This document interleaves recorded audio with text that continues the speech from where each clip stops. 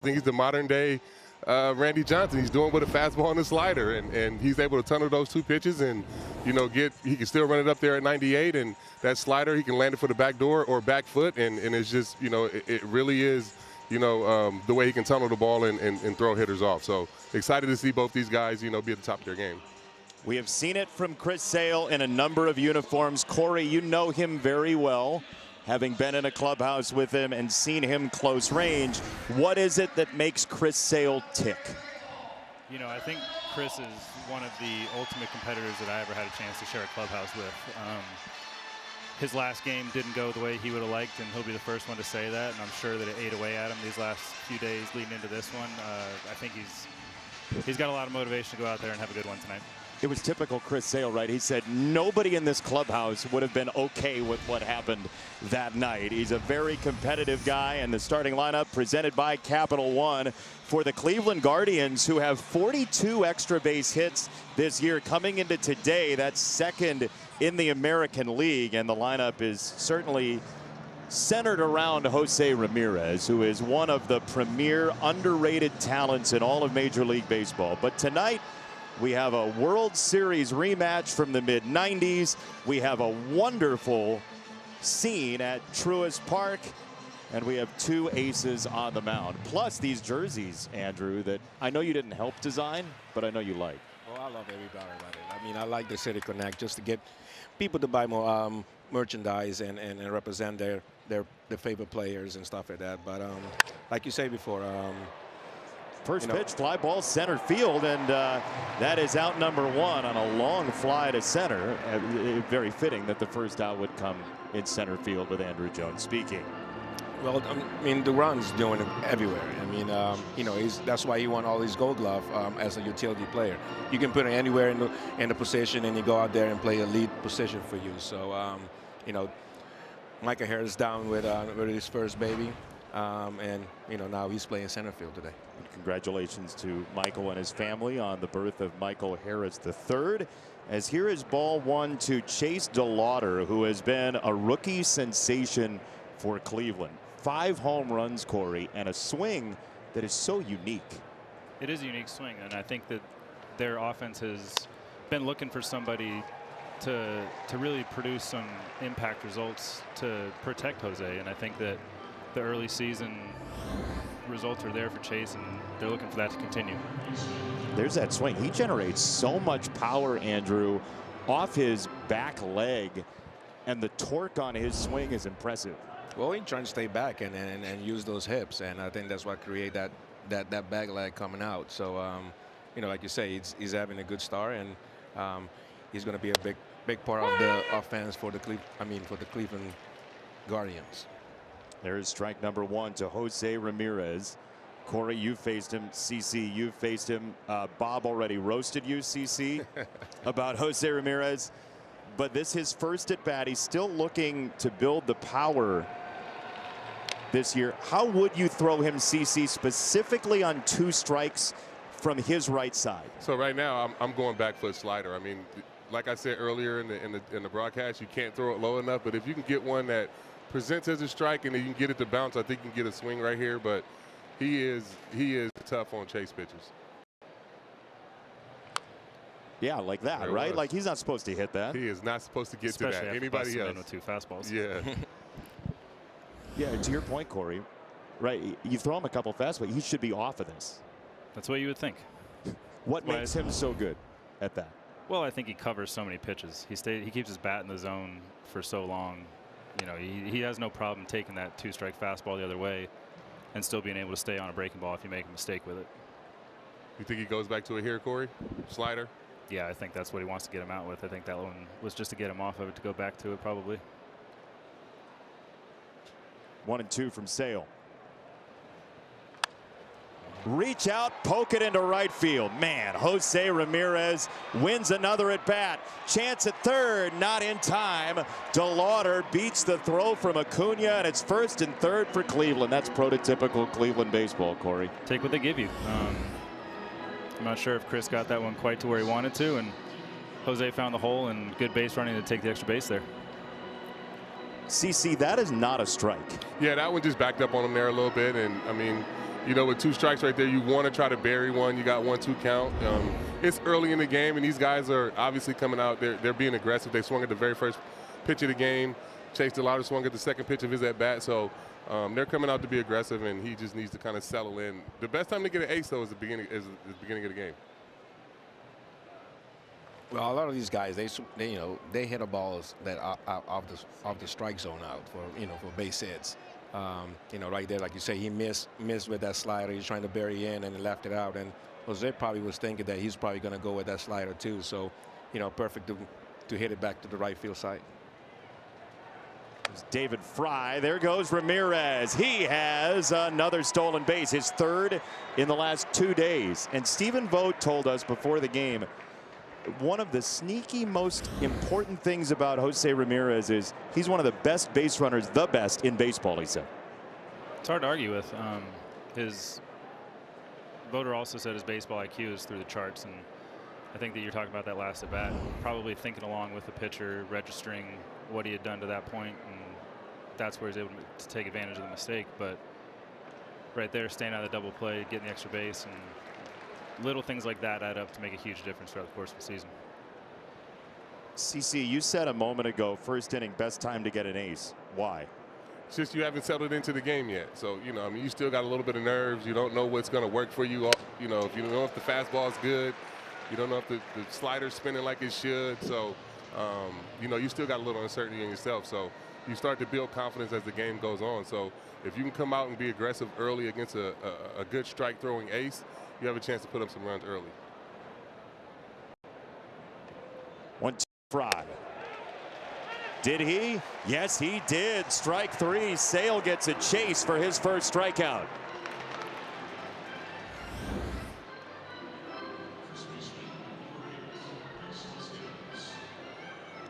You see the view from behind the plate, Andrew. Yeah. You did it at 19 in a World Series, but that ball gets there fast. It does. I mean, the angle that Sal has is I have faced him before when I was with the Yankees, and that angle is tough to face, and especially being on the third base side, you think that ball is going to come right at you. So he's a tough cookie to face. Second and third, 1 out for Cleveland here in the top of the first.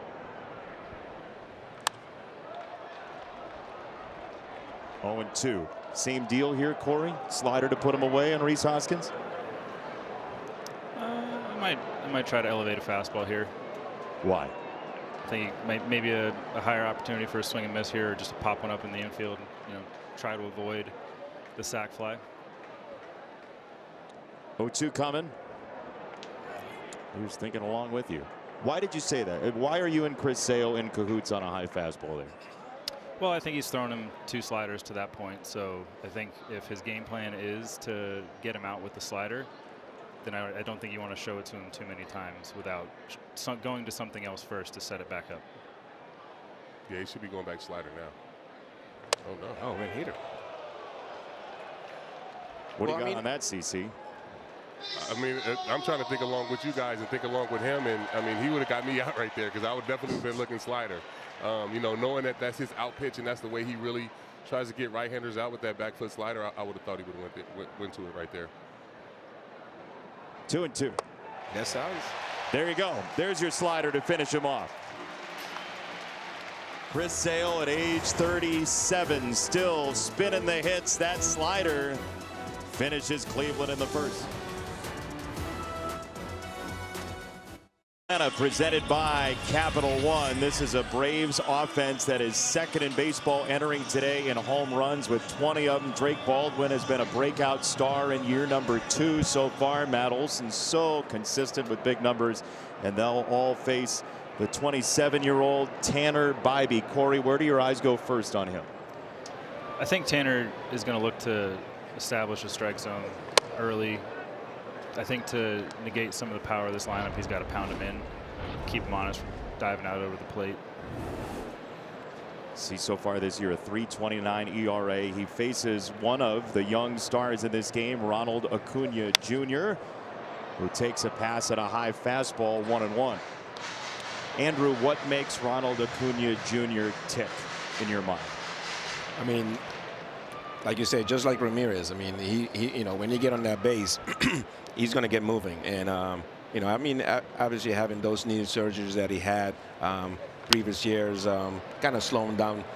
But I think he came into spring training. He worked out this offseason very hard to be more consistent on, you know, staying healthy.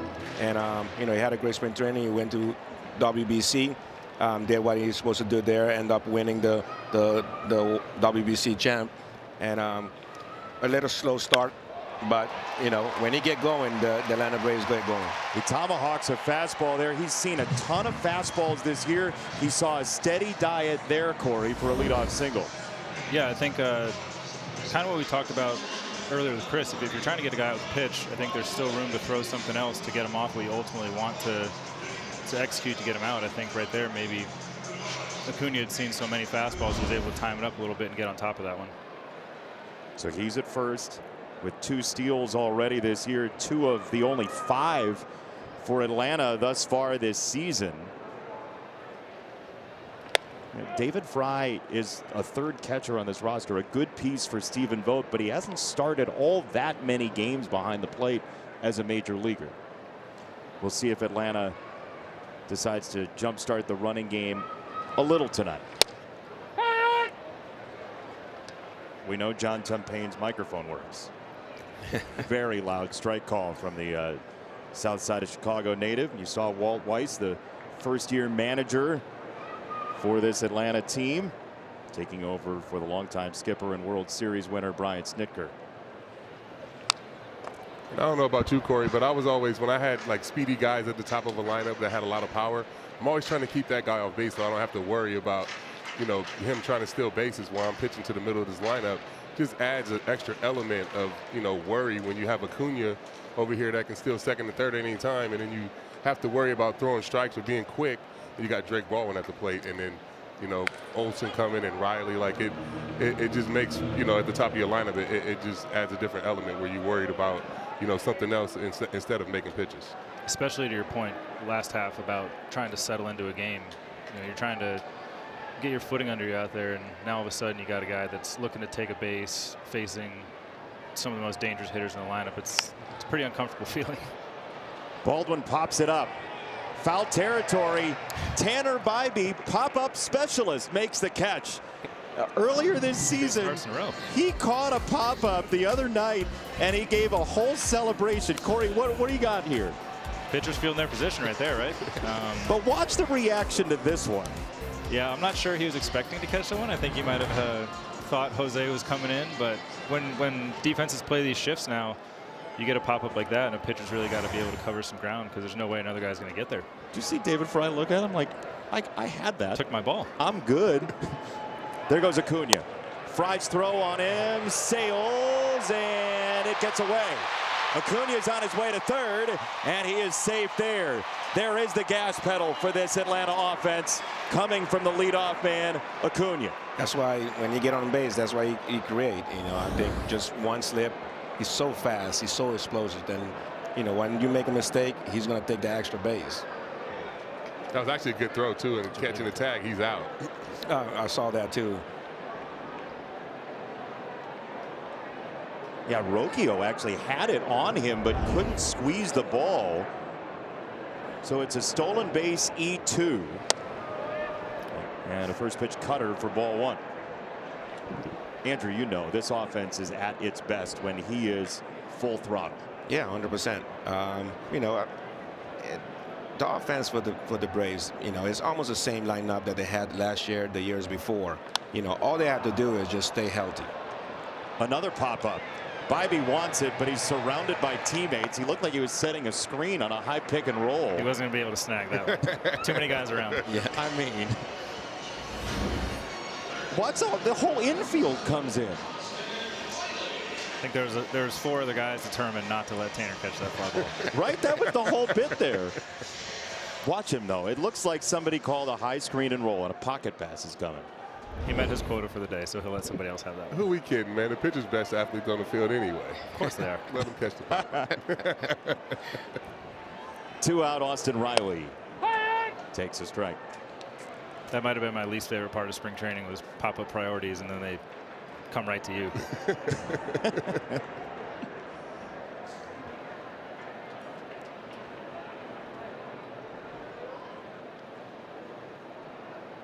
Oh, 1 to Riley, trying to get untracked this year, and there's that cutter again from Bybee.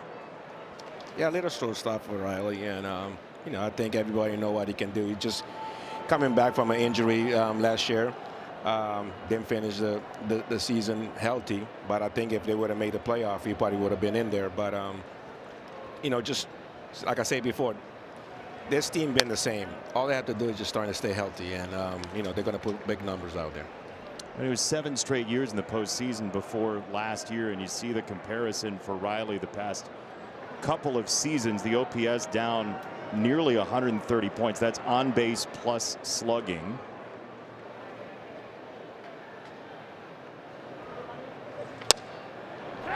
Called a strike. Looked like it could have been worth a challenge. Could have. Like we talked before, I think me and Corey will talk about the challenge goal. You know, I think side to side I can be challenged more, but the up and down is like, you know, which one it is. You know. Wave and a miss. Strike 3. A lethal cutter from Bybee, who had a hand in 2 of the outs. He wished it was 3. Inning over. Neither team scores with runners in scoring position on Sunday Night Baseball. Play Ball is baseball's global youth initiative to highlight the fun and accessible ways to play our great game. To learn more, including how to find a league near you, scan the QR code on your screen right there, or go to playball.org and follow @playball on X, Facebook, and Instagram. Mike Tomlin is here after a long and storied career as the head coach of the Pittsburgh Steelers. I was with him in Augusta this week. How's Mike doing?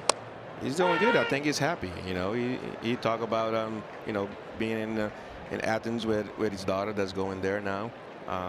You know, I think he's enjoying that retirement. You get him those seats? Somebody that around Truist probably did. Not me. I don't have those seats. Where are yours, Andrew? Next to him. 1-1 on the DH today for Cleveland, Kyle Manzardo.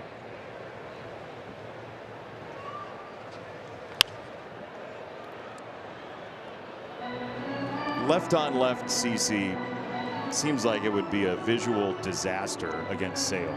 Yeah, for sure. I mean, even though he's standing on the third base side of the rubber, he still throws way across his body. So it's got to be coming, you know, from behind the left-hander's head, and especially with his arm angle. You know, he threw a couple of sinkers right there, and you know, for me, I mean, left on left, I always went, you know, 2 seamers in and sliders away was the recipe, and it seems like that's what he's going to right now too. Hey, Cece, were you at third base side? I don't remember. No, I was in the middle. I kind of floated around. I moved around. I was in first base for a little bit, but I landed in the middle around 2007 or 8. There's a look at what left on left looks like. Ground ball, third base side. It's Riley. Save. Manzardo beat it down the line.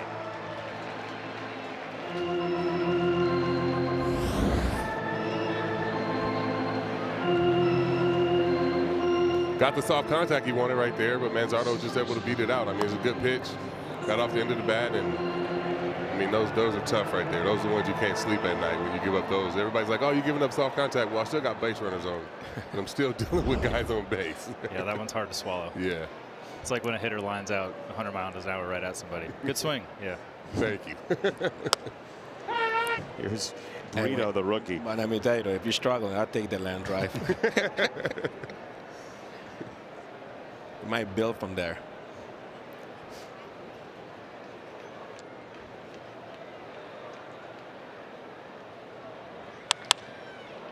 Brito on the ground up the middle. That's Mateo. That's the turn from Albies, and it's a double play. 6-4-3 turned by Atlanta, and a beautiful twin killing. Can't ask for more than that right there.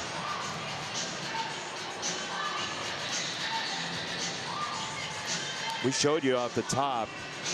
Atlanta plus 12 so far. Defensive runs saved. It has been a successful defensive group to this point. Well, be honest with you, like we say, we were talking earlier with Walt, new coaching staff. They focus a lot about, where to play defense, what they did not did the year before. So, they really actually work on that. So they're putting people in the right spot and then learn all the percentage and what the hitter is going to do, who's on the mound. So that's why they'll be doing pretty good. So I'm excited about seeing what they're doing this year. Foul ball from Daniel Schneemann. Cleveland, Corey, is so lefty heavy. You just can't get all the lefties out of the lineup against Sale. Yeah, you can't hide everybody. I'm sure they would all prefer that today, maybe not all, but a day off. But yeah, I think that when you are that heavy one-handed side of the lineup or the batter's box, I think that when you're facing a guy like Chris, you don't have a choice but put some guys in there that maybe you wouldn't normally. And nice job by Acuna trying to deke the runner Schneemann, and he does slide in there with a 2-out double. Acuna Jr. out there in right tried to buy himself a little bit of time to maybe cut Schneemann down at second. I thought he had a chance on him. I think he just threw it a little bit offline. that looks like a good throw. Yeah. Close. Yep. Yeah, Schneemann got a backup slider right there and put a good swing on it. But see your point, Jason, sometimes when you're a left-handed pitcher and there's a bunch of lefties in the lineup, sometimes it's hard to find that out, that glove side heater. He's missed a couple of times with that four-seamer away, and he's hung a couple of sliders, and Schneemann was able to put a good swing on it. So if you can wait him out and make him throw the ball over the plate, especially with that fastball away, and don't swing at the two-seamer in, you may be able to get some good pitches to hit like Schneemann did right there. Well, I think he struggled with his command the last start that he had.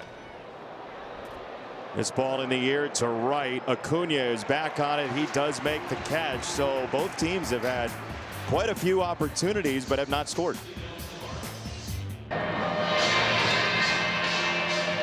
FanDuel is the home of home runs this season. A live look right here at FanDuel's home run odds for tonight's game.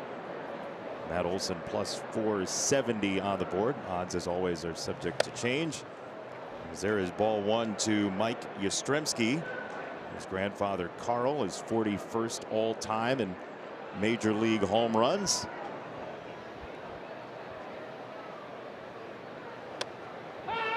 It's a called strike, 1-1 on Yastrzemski. Both teams have left runners in scoring position so far tonight. There's a picture-in-picture look at Mike Yastrzemski. That is some inside baseball on what it's like to be a television director. Somebody's got to pick the cameras.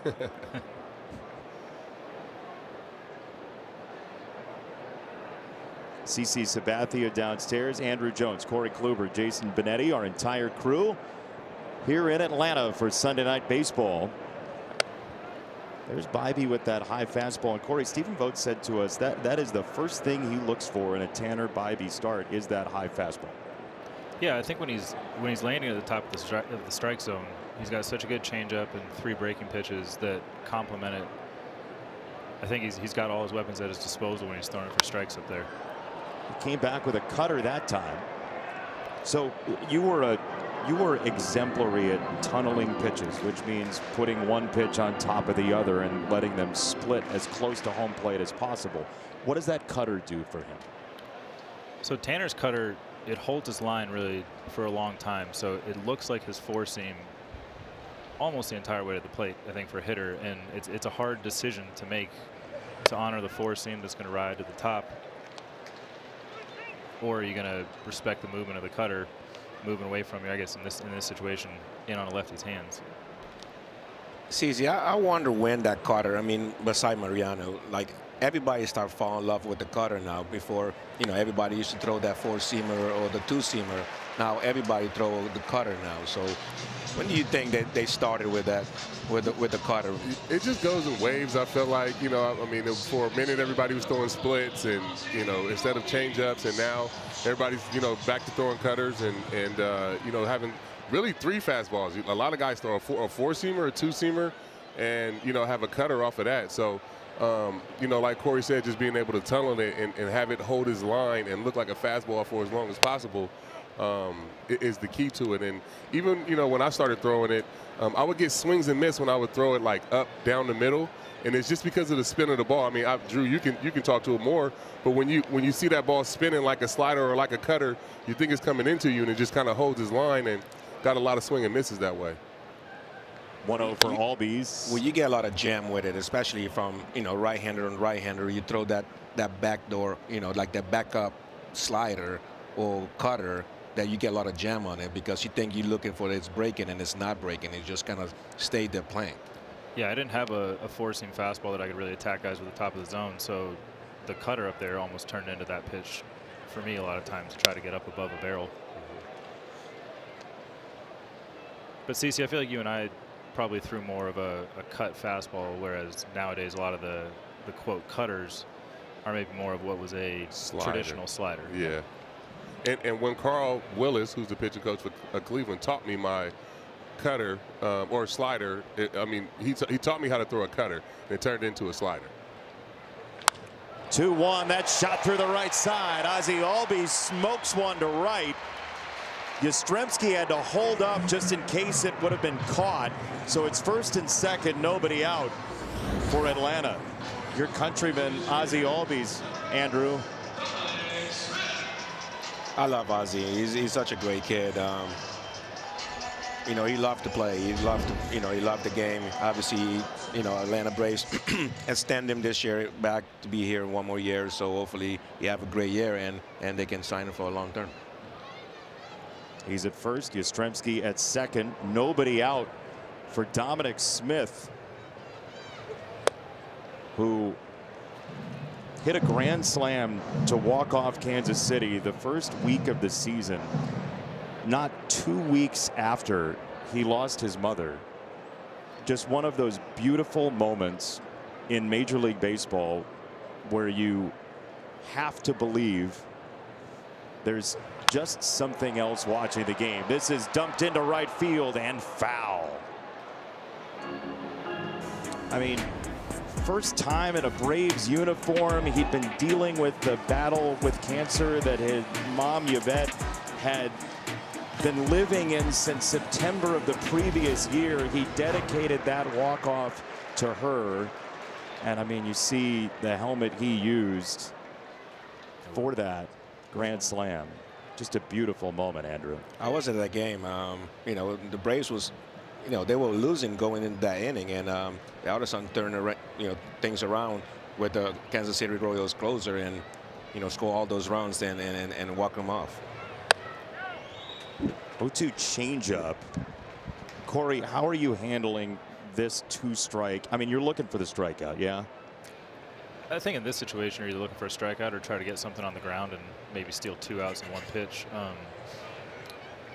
I think that having it that he was out in front of the one that he pulled down the line foul, probably on time for a fastball, so maybe try to throw something off speed that you can get down in the zone and see if you can get him to hit a ground ball right at somebody. So that's why the 2 changeups in a row. They're both off the plate. So 2-2 on Smith. Both off the plate and up. So I wonder if these Braves hitters are kind of going to eliminate the. He hasn't landed the changeup all night. I think he's just trying to be too perfect with it. So he goes cutter there and misses low as well. 3-2. He wants a new ball. That one grazed the dirt. Where you go right here, CeCe? I was getting ready to say I'm so stubborn, and I hadn't landed my changeup all night. I would throw him a changeup right here. Me. Yeah.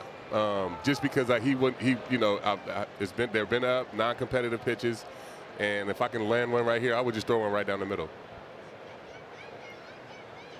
3-2 from Bybee. On the ground, second base. Brito, Rocchio. That's a double play. Maybe the fastball is the pitch. It was well executed, and it got exactly what you said, Corey. Yeah, I think he had gone with 5 off-speed pitches to that point to get to the fastball. Probably slowed him down enough to where the fastball then became the right pitch right there. 2 down, runner at third, Mauricio Dubon, a 2-time Gold Glover. That's a sharp cutter for strike one. That's kind of what that pitch is designed to do. I think it's his best swing and miss pitch, honestly. You know, it's so late and it's got such sharp movement. It's really a unique pitch too. That location is probably tough for anybody, to be honest with you. When you throw a good one like that, you want to put it in play though, because you're like, man, if he hits that one, that's an out. You know what I mean? Like, you don't want them to swing and miss it that good one like that. That's when you want to throw 2 strikes, not 0-0. No.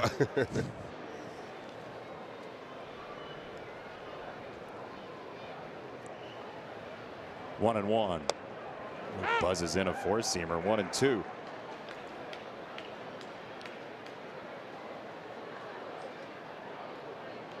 He can kind of go anywhere now. Right here, he's kind of got to set up a good sequence. Slider, I mean a cutter off, fastball.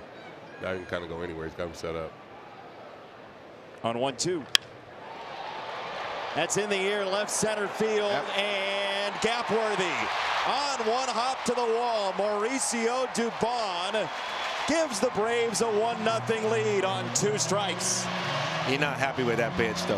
No, that one was elevated. That was, it's kind of what CC was talking about. You throw the really good one on the 0-0 pitch. Probably hoping he makes contact with that one, and not want to come back with a mistake right there.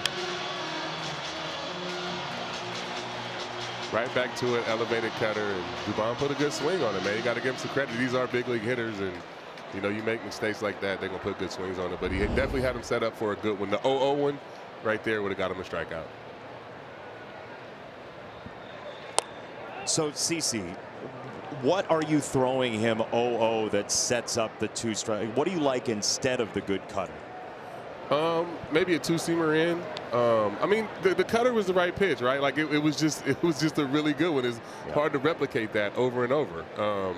You know, same thing with Sale with his slider. You know, it's hard to just keep ripping off great sliders or great cutters. You know, pitch after pitch. So you're going to hang some, and like I said, these are big league hitters, and you get them elevated, they're going to put good swings on it.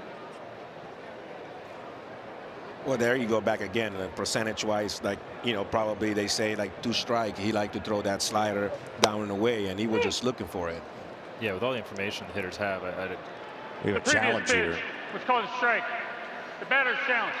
ABS challenge powered by T-Mobile. It's either 1-2 on Mateo or 2-1, and that does land. It's a strike, so Atlanta's down to 1 challenge. Atlanta has 1 challenge remaining. We're seeing teams be more aggressive earlier in games after the first week. I think everybody wanted to conserve it like they were natural resources, and now guys are kind of firing. it kind of seems like the initial approach was save it for high leverage situations late in the game, and then I think teams probably realized that maybe you weren't necessarily always getting to those high leverage situations where you could use them. So who's to say that an at bat at the bottom of the second doesn't end up being the high leverage situation within a game? Or even Austin Riley's at bat where he got that fastball away, wasn't sure, and then with a runner on third in the first inning and wasn't sure, and then ends up getting out. But maybe that changes the count for him and changes his at bat. I saw some games guys went out without challenge, and they go back home with the 2 challenge and not using them. Yeah, you can't redeem him for anything. You can't take him to the counter after the game and get a stuffed animal. But Mateo's challenge right there, that caught a little too much play. I'm gonna need some kangaroo court fines. If it's half the balls in the strike zone, I'm gonna need a $1,000 fine. Yeah. 2-2 from Bybee to Mateo, and it's outside. See, CC, you're the problem now. That's why people aren't challenging these things, because they think they're going to get made fun of by the vets. Oh yeah, I'll be killing people for sure. Every quarter of an inch is another $1,000. Absolutely. 3-2 on Mateo, and he hits it sky high back of home and out of play. Back after this word. Let's take a look at Capital One checking accounts. We're talking no fees, no minimums, just one question. What's in your wallet? 8th pitch coming between Tanner Bybee and Jorge Mateo, as Atlanta's taken a 1-0 lead on a Mauricio Dubon RBI double. Corey, do you think these guys do kangaroo court still or not? That's a great question. I feel like that sort of stuff is kind of gone by the wayside, I think, in a lot of situations. Did I just show my age right there? No, you show how fun you are in a clubhouse. No, you might have. It should still be around. Can you explain to people who don't know what it is, CC, what kangaroo court is? Kangaroo court is basically, you know, throughout the year we're together so much, so you can get fined for stuff on the field, stuff off the field. It's usually, you know, you have court maybe once a month or once every other month. The oldest guy in the clubhouse is usually the judge, and you know, they have a fine box in the clubhouse, and you can write guys up for napping too long, missing from anything from missing stretch to eating too many bags of seeds, or getting challenged. Hey, Cece, you might, if they're not doing it, you might have been bringing it back. To be honest with you, because they talk about $1,000 for a fine. You know, somebody back, you know, some of the veteran guys will be like, okay, let's bring this back. Yeah, and these guys making a lot of money too. You can rack up some good fines these days. Dangerous in that camera well down there, by the way, as Tommy Watkins had to sidestep that ball. 3-2. That's up the middle and a base hit. Another pitch from Bybee that caught too much of the plate. It's an RBI single for Mateo, and the Braves' bottom of the order has erupted in the second. Same breaking pitch again, I think. It was a breaking pitch of Carter or whatever. No, that's a two-seamer. And that was just a good at-bat. I mean, he got, you know, he threw him everything he could, and, you know, threw him a couple of cutters, four-seamers up, and, you know, Jorge just got a good pitch that he can handle and put a good swing on it and line drive up the middle. So a meeting at the mound. Carl Willis goes out there. Corey, you've experienced these. CC, you have as well. What's Carl Willis like in a situation like this? Well, Carl specifically is always going out there telling you your stuff is good, your locations are good, you know, just giving you a breather. Carl's the ultimate pump-up guy. I don't know if I ever had a mound meeting with him where it was anything but trying to make you feel good about what you're doing out there. And really just instill some confidence to go out there and get that last out right here. CC, you talked to him before the game. Did you ask him what his first mound visit's gonna be? Nah, I didn't. I mean, Carl's like a dad to me. So we talk about, you know, kids, family. He's asking about my leg, the Raiders, everything else, anything other besides baseball. You know, we've been knowing each other for a long time, so it's always good to catch up with him. But he always left the mound with me, making sure I had the next two pitches that I was going to throw. Did he do that with you, Corey? I don't think we did the sequencing. I don't think so. He didn't need to do that with Corey. Did he think CC needed it? He absolutely knew I needed it. 1-0 for Acuna, who singled and reached third in the first. His second at bat already. And Acuna laces this down the left field side. More extra bases for Atlanta. Here comes Mateo around third. He lost his hat. He scores a run. It's 3-0 Atlanta.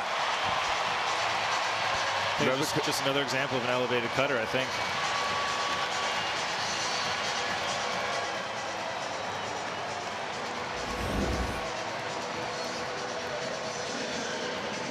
Yeah. I mean, they've been hits, but they would not been like bad pitchers, you know. No, I think just probably, you know, up just enough to get the barrel on it, right? But Corey, I mean, you know how fine you have to be in this league. What causes that cutter to elevate, the fastball to be a little bit more up than you want it to? Probably just small mechanical tweaks. Something might be just a little bit out of whack with his delivery. You know, Tanner's very in tune with the way he moves on the mound. He pays a lot of attention to how he feels moving on the mound, and I think that sometimes, not just him, but in general as pitchers, we can read too much into our feels and maybe over adjust at times. We will get out of this inning. Baldwin, a fly ball to center, but 3 straight hits for Atlanta and a 3-0 lead.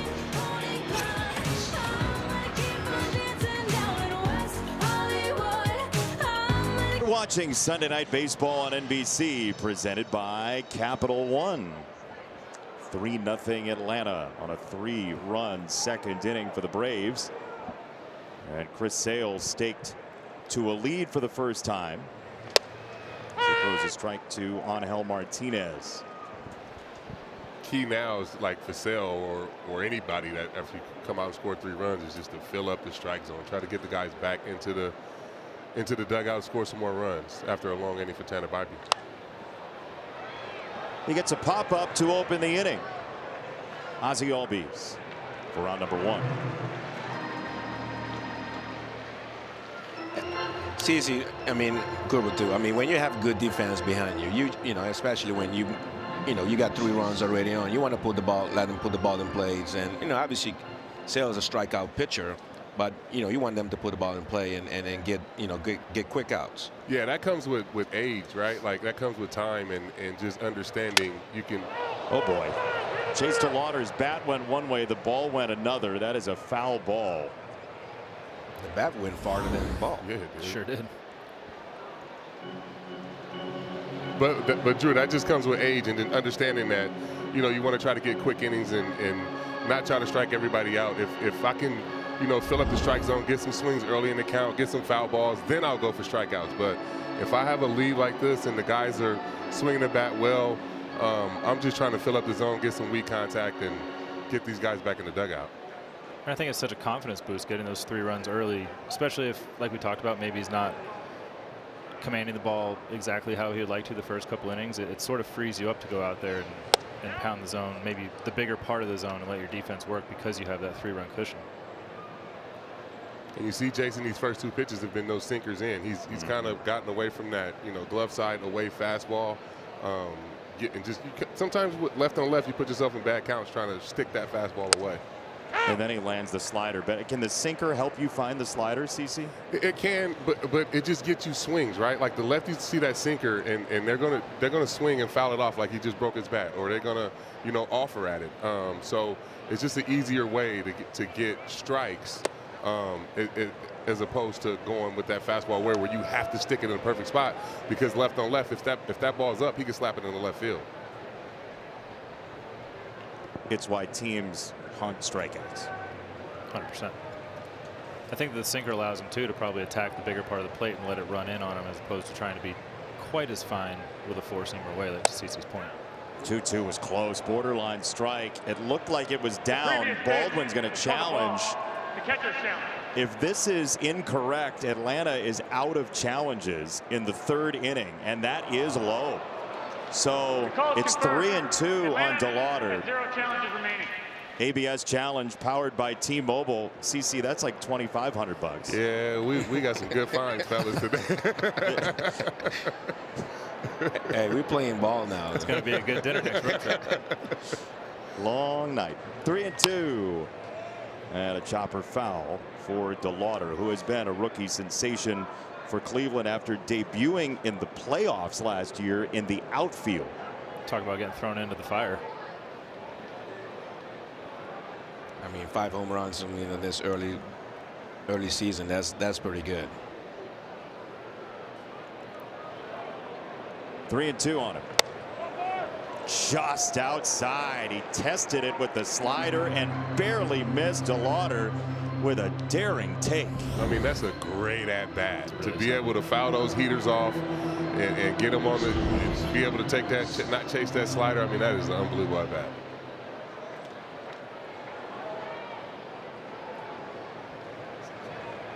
So here is Jose Ramirez, who singled in the first. The all-time games played leader for the Cleveland franchise now. And there he is doing exactly what Stephen Vogt said to us before the game. Like when he strikes out, he'll look to the sky and like file the pitch away for next time he sees the batter. He just shook his head at himself here. And Sale got inside on him with a fastball. Dubon did not make the catch. He has a chance at an out at second base and does get it. DeLauder held up. Dubon came up with a cannon and recovered beautifully. Around this time, you can lose that ball up there, though. I mean, he probably lost it and he stick with it, and he finally felt like he had a chance and it just popped out. You can see it, though. We had a couple of times that I think, you know, I haven't played in this stadium before, but around Atlanta, you know, around this time, you know, ball go up there. If you don't stay with it, you're going to lose it. Lucky enough, you know, make that out right there. Here's David Fry. How many 8-4 outs at second base did you have when you were playing, Jones? I don't know. After you dropped the ball. He didn't drop him. I know. He was playing shallow enough. We can call it 6-4 anyway. I'm trying to deke the guy and trying to throw him out at first base. CeCe said you were playing shortstop. Here's the moment he lost it, Andrew.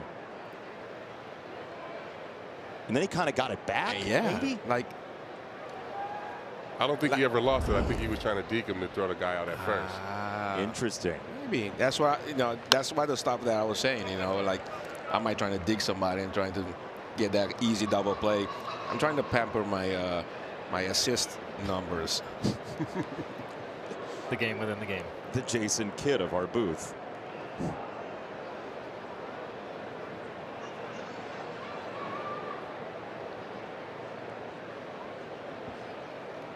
I think I don't see a lot of outfielders get a lot of assists anymore like it used to. Though. Like I think when I was playing, I mean, guys were getting like 20 assists, 15 assists a year, like by throwing people out or double plays and stuff like that.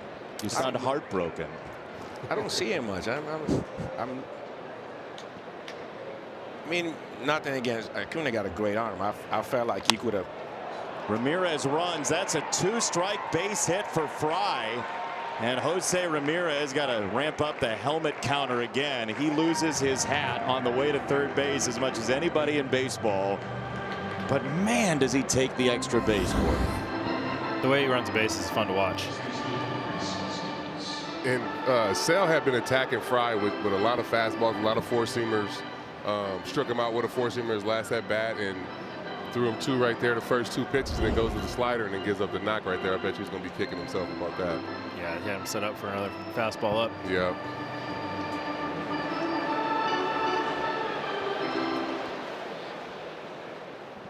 That is 3 2-strike hits tonight for Cleveland out of the 5 total. And now it's up to Rhys Hoskins, who joined Cleveland during spring training, a power bat who struck out in the first. They can get some power out of Rhys and some production with DeLauder, Ramirez, and then Rhys right after him, and Fry. That could be a nice little 3-4-5 combination. So anybody to help Hosey would be great. Yeah. Rhys Hoskins, his second year in the league with Philly, he hit 34 home runs in 153 games. He was a 5th-round pick in 2014. Spent some time in Milwaukee and then to Cleveland. He does have power. That's one thing I can say. He has a lot of power. Watching a lot of games with the Braves against Philly with him, he was hitting them out there. If you leave it over the plate, so he does have power to hit the ball out of the park. Took a slider there. It's 1-2. Jose Ramirez is way down the line at third, hoping for a possible wild pitch or just draw the attention of Sale. Well, I think when you're that far, I mean, you put something in the pitcher mind, like I can't bounce a slider. I mean, you get a chance to throw more in the strike zone than not in the dirt. Right, Jose's trying to anticipate anything in the dirt right here and find a way to get a run. He almost got his wish there. 3-2 on Hoskins.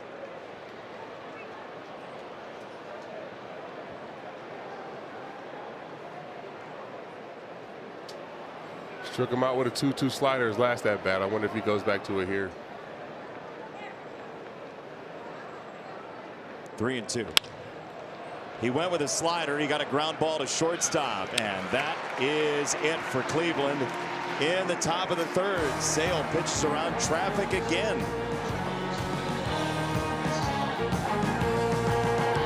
The folks here at Truist Park played the new Zach Brown Band Delivered Open for Sunday Night Baseball. We thank Zach for being a part of Sunday Night Baseball, as he is very Atlanta-based in his roots, and he is with Bob Costas right now. Bob. All right, Jason, thanks. As Jason Benetti just mentioned, you grew up in the South.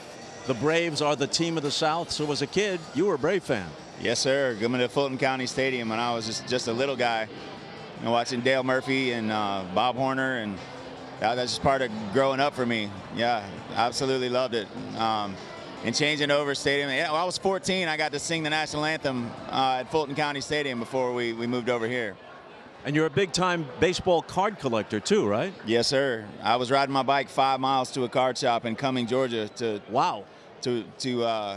14, working at a card shop, working for a baseball card. He couldn't pay me, but he paid me in cards. So, what was your most prized card, or is now? Oh man, I got a Dale Murphy rookie card. That was probably old school. That was a big deal for me.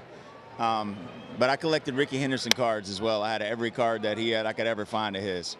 Matt Olson at the plate here. I would imagine his card is worth something. 54 homers and a slugging percentage of almost 700 a few years ago. Yes, and he's got that consecutive game streak going. Yes, sir. I love it.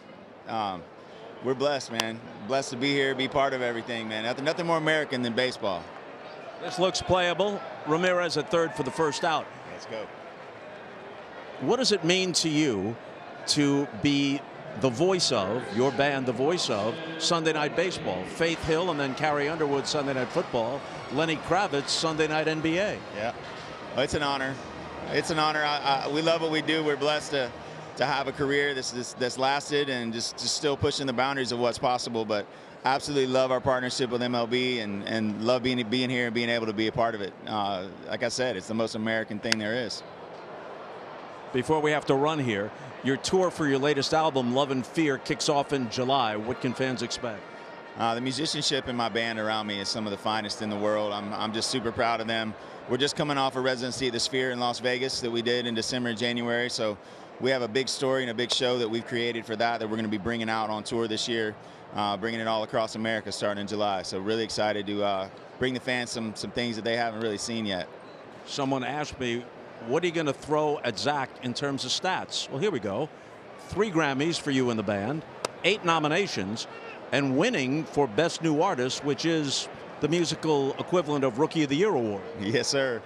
And sometimes there's a curse that comes with that. Sometimes a lot of people that have won New Artists end up like having a hard time or falling off later. So we've been blessed to just stay active and blessed to have work and people showing up and still trying to write his music. I love chasing the song as much now as I ever did. I feel great. So we're going to keep on going. I'll be like Willie Nelson, just playing until I can't do it anymore. And he's still going, man. I love it. Thanks, Zach. Good to see you. Thanks, Bob. Good to see you. Thank you. Back upstairs to Jason. Love the way he put that, chasing a song. You can hear the heart in his and his band's performances, and we are so happy to have them for Sunday Night Baseball here on NBC.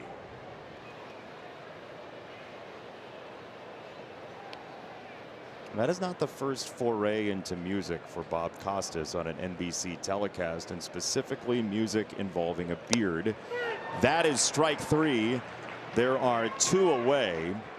What we speak Among of those in is attendance, back in the 90s. ZZ Top at the Palace of Auburn Hills. They played a concert here last night. You went and saw it, got carried away, didn't you? Well, you know, What a transformation. man is affected by a major entertainment event like that.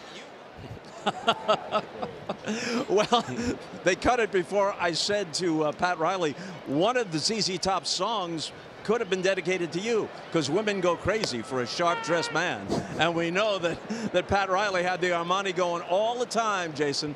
We need to get you a Zach Brown beard is what we need, Bob. I'll work on it. Great. It was amazing to watch Bob try to get Pat Riley to put on the beard.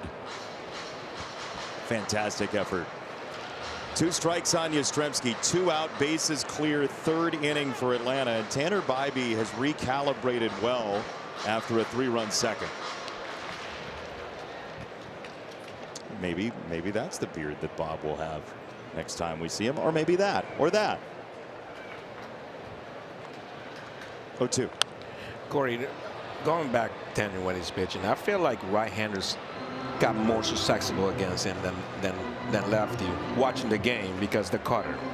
I think when you throw that cutter over the plate for a right-hander and you just leave it like little plank level, they got a better chance to put a ball in play.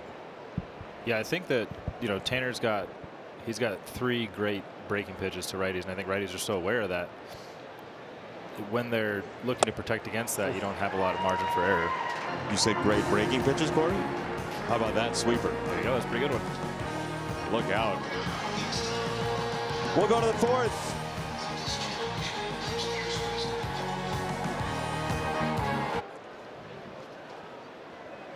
Top of the fourth inning here in Atlanta. 3-0 Braves with the lead over the Cleveland Guardians in the rubber match of the series.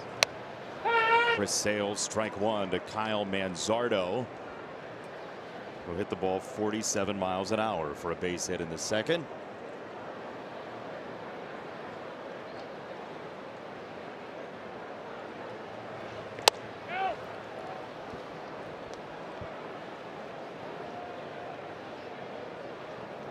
Chris Sale allowed 2 hits in the first, 2 in the second, 1 in the third, but hasn't given up a run yet.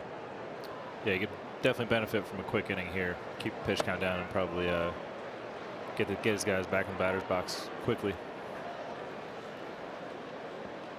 Corey and C, what team did you guys face the most in your career, do you think, or you remember? I feel like I pitched against Baltimore every other week. 2-1 on the ground to first. Matt Olson to Sale for out number 1. 6-time NBA All-Star Jimmy Butler joins the Voice 2-night event, and for the first time the winner will be crowned by super fans and Voice alumni. The Voice Battle of Champions tomorrow and Tuesday on NBC and Peacock.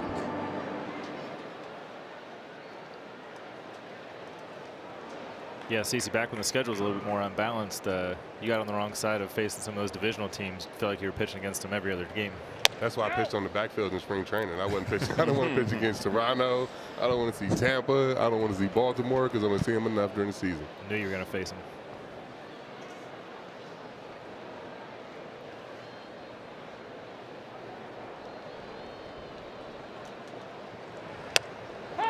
Last at bat, he got Brito with the one changeup he's thrown all day to get the double play. So I wonder how he attacks him this time up with nobody on base. Mostly slider fastball, as is typical. He throws 43% slider for the year, Sale does.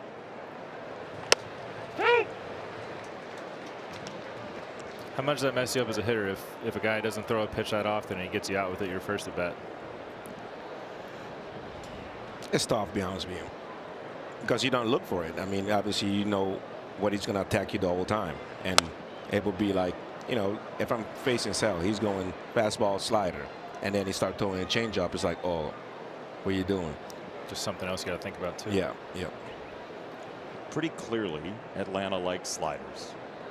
That's what we get from this. That's 4 of the top 7 slider users in baseball on one staff. It's 4 pretty good sliders too, though. Absolutely. I mean, if you have a good one, why not? You know. There's Spencer Strider, who is one of the injured parties in the Braves rotation. They have had so many injuries. Joey Wentz went down with a torn knee ligament last month. Ooh, that is a filthy slider. Man, oh man. There's that one he's trying to get to the back foot of a righty. It's hard to do anything with that one. Yeah, that's disgusting. This is this 34th time that Sale is facing Cleveland. It's a lot. His career. It's like CC in Baltimore. Apparently, it's the Rays. The Rays in Boston is 3rd. So the Rays is the team I face the most, and I bet you they probably got me more than I got them. You think? I think so. Felt like it anyway. Sounds like you have scars of certain batters. Longoria. Oh my gosh. Sale very quickly with strike 2, and it looks like Chris was thinking like you guys are thinking, I got to have a clean inning here. Yeah, yeah. We just talked about it earlier, me and Kuro, and it's like I think you should be having a quick inning here so you can get back and get the guys to get going, get a couple more runs on board. And that last time he got 0-2 was Sheehan. He threw the slider that got hit off the wall. He stayed hard right there. Stayed hard. If you throw that slider, he just threw the burrito. He can throw that right now. Anytime. Doesn't matter if you're looking for it. Oh, 1-2. He shattered his bat with a fastball. Ground ball to shortstop, and Mateo couldn't find the ears on it. So Schneemann is safe with 2 out.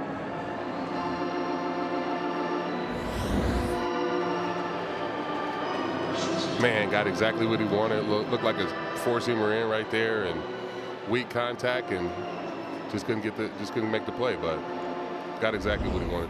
Did exactly what he wanted to do right there. Get another ground ball. You could see Sale right there to say, "Hey, I got you. You know, good try." One thing you can never do is show up your infielders or any of your fielders, because they ain't showing you up when you're giving up 500-foot home runs. So there's no infielder out there watching this game, CC, that's saying he did it to me once. Not one of my teammates. Not ever. one time. Not one time. That is a base hit, by the way, for Schneemann. The official score on it. There's that changeup again. Him being able to not throw it, throw 5 or 6 a game and then still be able to make it a competitive pitch or present like a strike is a huge skill. Just something that he has in his back pocket. Check swing, did he on a 2-seamer? No. I mean, throwing it right. Changeup. Yeah, throwing it right there. It just, it's a tough pitch to lay off on him. For something he doesn't throw very often, it's a good pitch. Yeah. It's got good action on it. I think his fastball and slider are just so dominant that there's really not a need a lot of times. It's a huge lead over at first, and it doesn't matter. Rocchio gets tied in knots by Sale, who's got his 4th strikeout, and Atlanta leads 3-0.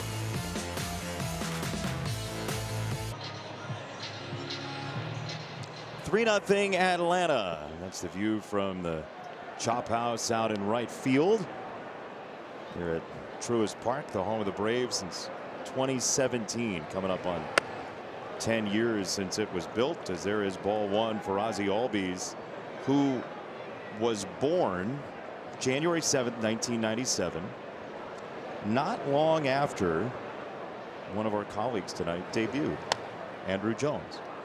And you're not going to say it, but we will, that what you did in Major League Baseball meant a lot to quite a few guys playing in Major League Baseball now from Curacao. Well, Jason, to be honest with you, I think, every time when I talk about, about this game and all these kids that made it, Ozzie, Simmons, Jair Jurgens, you name them all that played this game, I just tell them, take advantage of the opportunity that they're going to give you. And if you go out there, you do it, you're going to get a chance to do what you're doing it right now. But, I was not the first one that opened the door for all these kids, but I was the first one that kind of inspired them more on chasing their dream. Ozzie has a base hit. He is 2 for 2 for Atlanta tonight. Hensley Mullins was the first. Yes. From Curacao to make it to Major League Baseball, but now we're talking about 20 or so. There's got to be a pride for you about that. Well, I mean, I'm very proud of that. I mean, as much, a lot of people don't talk about it, but Curacao is a big baseball island. I mean, we've been playing baseball forever. Dom Smith, fly ball, right field, well hit, and gone! 2-run homer, Dom Smith.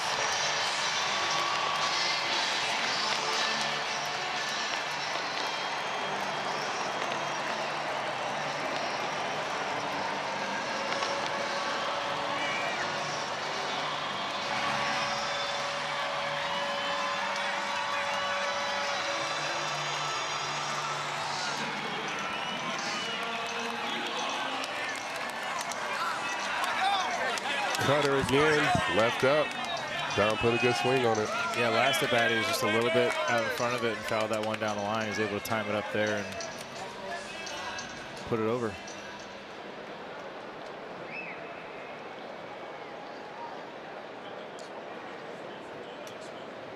it had been 70 games since Atlanta was shut out. A 0 last night, and their response is 5 runs in the first 4.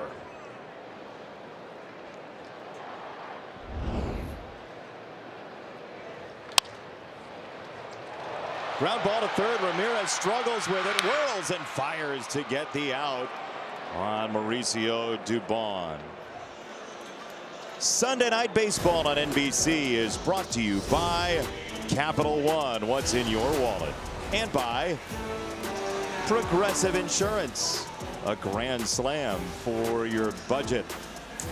All right, so if you go to section 113, that's 2 pounds of seasoned hand-formed beef patties, short rib, pork belly, melted cheese, onions, lettuce, tomatoes, and a fried egg. And I'm a little flustered because it just showed up in the booth. Here, take a bite in your suit, Corey. I wouldn't even know where to begin. I mean, you're not gonna? No, it's all you. It's all you. Send that thing down here. It's all over it. Mateo to right. And he's going to go for 2. He is met by the ball. He is out. Hey, that's the assist that I was looking for. There you go. Ask and you shall receive. Hey, let me tell you about this burger. If they can wrap it, I'll take it home and I'll destroy it without the suit. How about the throw from DeLauder here in right? Right on the money. Drew, you good with that challenge right there? Him trying to take the extra base? He didn't go right away. He hesitated. I saw it from up here. He didn't, he didn't bust out of the gate. But you just don't know. All right, so Andrew, last inning we talked about it. I will wait till next time. Hold that thought. The only broadcasting rule is 2-out ground ball. Home run, Dom Smith. Atlanta leads 5-0. Welcome to Atlanta where the players play. Dom Smith's 2-run homer has made it 5-0 Atlanta. And Chris Sale back out to the mound in the top of the 5th. Great pickup for the Braves on Smith. He was a late add up when things would go in different direction for them, and it's paying off right now. Professional hitter, man. Just great in the clubhouse too. Angel Martinez flicks this to center. Dubon is out number 1. Chris Sale through 4 innings at StatCast 3D. And 5 off the slider, 3 on the fastball, the 4-seamer, and then 2 off the changeup as well. But he's been, again, we're talking 3/4 of the pitches, Corey, fastball, slider. Yeah. He's got a fly ball there on a changeup, but I think his fastball and slider are just so good that it's the old saying, if you're going to get beat, you don't want to get beat with your 3rd best pitch. Andrew, you've known Chris for a while. You were in the clubhouse with the White Sox when he came up. He was a quiet guy, but wanted to play. He wanted to learn. He wanted to belong up there. And obviously now, like Cece said way before, and I know that he's probably gonna, when his career is all done, and say he's gonna belong into that Hall of Fame. So he's just a great competitor. There's a big at bat here too in the 5th. Got a 5-run lead. You can get a win right here. DeLauder's been tough on him.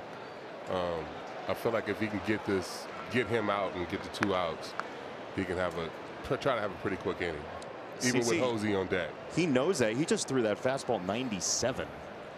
By the way, he know that, and I think he's not gonna throw anything but hard till he get him out. Chris has always had that ability to ramp it up when he needs to too. He'll sit at 95, 96, and then when he needs a big pitch, all of a sudden buzz a 99 in there.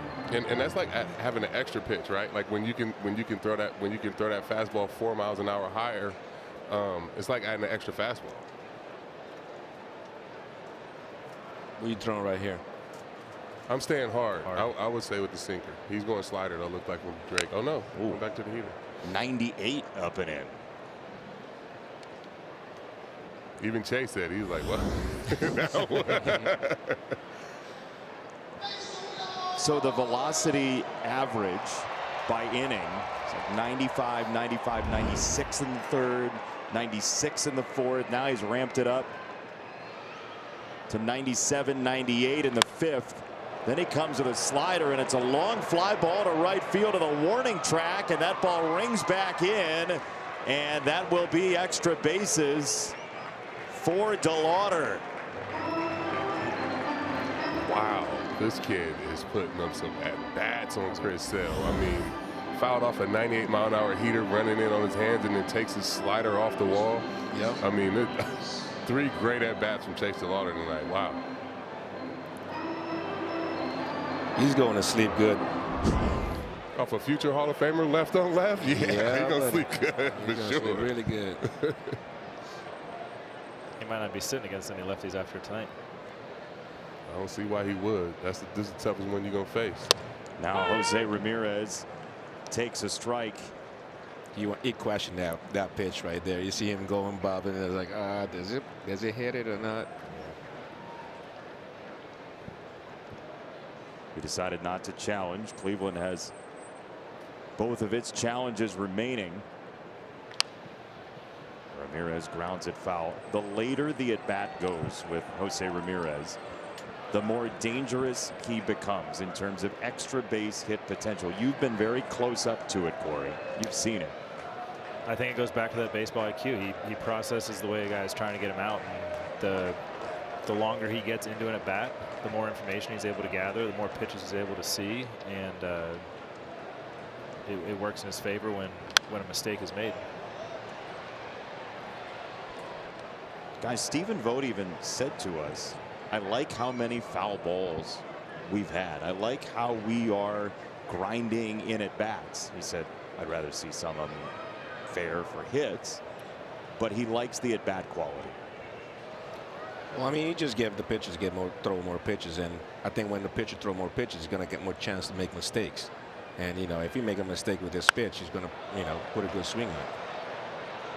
It's popped up third base side. Riley in foul ground makes the catch. Sale beats Ramirez in a matchup of what very well could be 2 Hall of Famers. Yeah, 100%. He went elevated right there, and kind of one of the pitch that probably going to get him out. I think if he left it over the plate, he would have probably hit a homer or a double or something. So that was a good pitch by Sale. And like Voter was talking about the quality of bats, though, Cleveland's such a young offense. They have to still develop their hitters, when they're in the major leagues, and I think that they're seeing some of that development early on this year, whereas maybe some of those at bats would have ended in the way they did last season when they struggled. They've gotten some pretty good results out of them so far.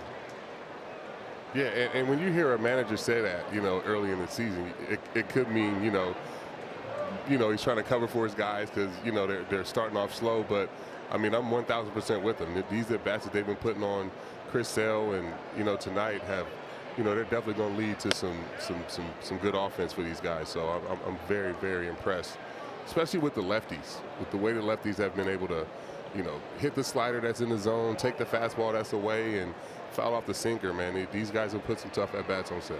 Well, I mean, when you make a mistake, that's why they're taking advantage of it. I mean, you leave a slider, like you said, a slider down the middle, you should put a good swing on him, and that's what they all been doing. Yeah, he hasn't given up a run yet, but I wouldn't say it's been a cakewalk. He's grinding out there, and they're putting up tough at bats. Well, you look at him, he got 80-something pitches already, so they make him work for sure. 2-2 on Fry, and he serves it foul. I felt like Sale wanted to go get that pop fly right there. See if he stays with the fastball here. Gave up a single the last time with 2 strikes. It's another foul ball. The next pitch after this word.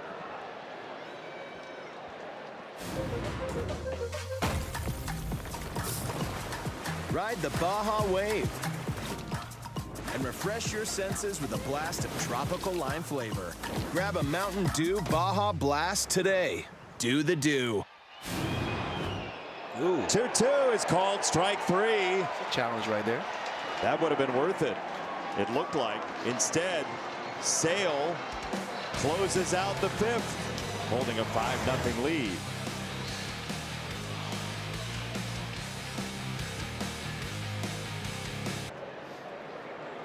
.81 degrees at first pitch time here in Atlanta this evening. Bottom of the 5th, and the Braves are leaders over Cleveland as Drake Baldwin takes ball 1. He was in the news yesterday in the NHL community. Actually, his teammate playing hockey growing up, Cole Caulfield of the Montreal Canadiens, walked into their game wearing Drake's jersey. They played hockey together. Drake Baldwin, when he was a junior in high school near Madison, Wisconsin, led the state in goals. It's a good shot. Great athlete. That's why he can hit. You know, don't throw anything down in the middle. You know what to do with it. Probably a good golfer too. Some guys are just good at everything. It's frustrating. Oh, come on. 2 Cy Youngs. It's frustrating. They play hockey. Hey, you know, one note, the Braves knew that this kid can hit. You know, I think when I was looking around watching him, you know, I know he can hit. Nobody kind of, you know, defensively what he can. I mean, offensively, defensively, they knew anything. But he came in spring training last year and work on his defense, and you know, now he's the everyday catcher for the Atlanta Braves. So, you know, I'm so excited about his future, what is going to come out from him.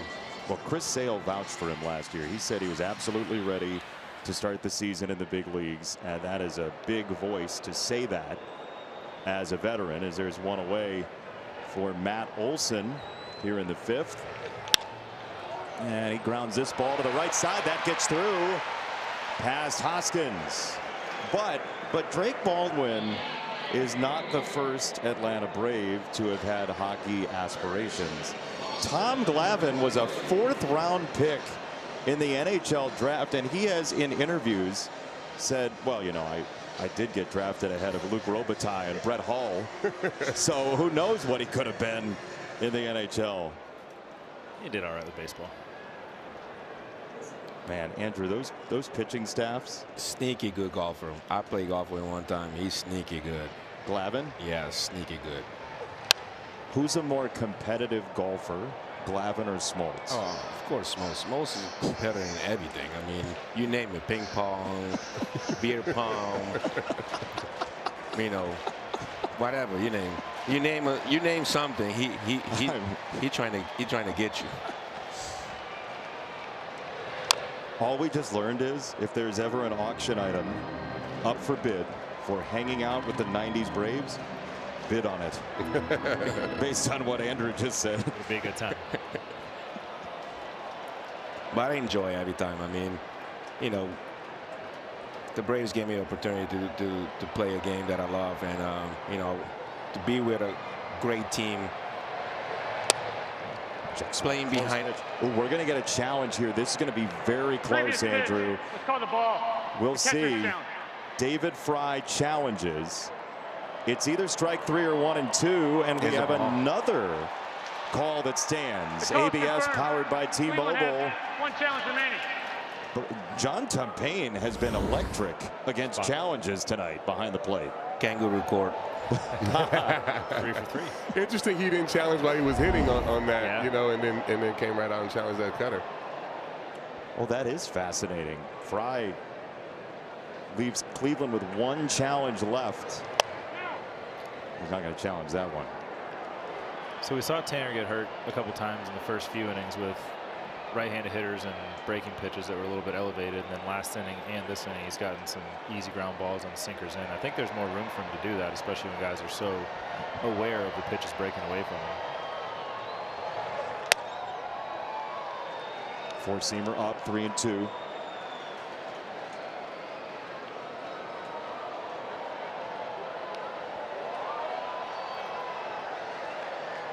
Where you going right here, Corey? I might try to throw a sinker and get a ground ball to shortstop. 3-2. That caught the fat part of the plate. It was a sinker, but it was middle, and it's a base hit for Riley, pushing Olson to third. Well, I mean, he tried to go in there, but he left it more over the plate. Quite get it in. I think if he would have got it in, he probably would have got a good result. It would have been a double Still play. got a ground ball, just happened to find a hole. Yeah, I think at this point with in that bat and in the game, I don't think he was going back to the cutter just because, like Corey said, or anything, you know, breaking away because he had gotten hurt in the earlier innings. Just leaving those elevated. And he just laid off a really good one. Absolutely, yeah. So 2 on, 1 out, 5th inning. MLB Plus is new for 2026. Stream MLB Network 24/7 in the U.S. and select out-of-market games every week. Plus, live radio broadcasts of every game, Game Day 3D, big inning, minor league action as well. MLB.com/MLB Plus to subscribe today. And if you listen to the live radio broadcast, you might hear a story like the one Ben Ingram told on Atlanta Braves radio about how Mike Yastrzemski learned to spell his name as a kid. His grandmother realized that, and Ben told this story a couple weeks ago, his grandmother realized there are the same amount of letters in Yastrzemski as Mickey Mouse. And so she used the Mickey Mouse Club theme song to teach him how to spell his name. Y-A-S-T-R-Z-E-M-S-K-I. First and third. It's an interesting tactic. It worked. Yeah.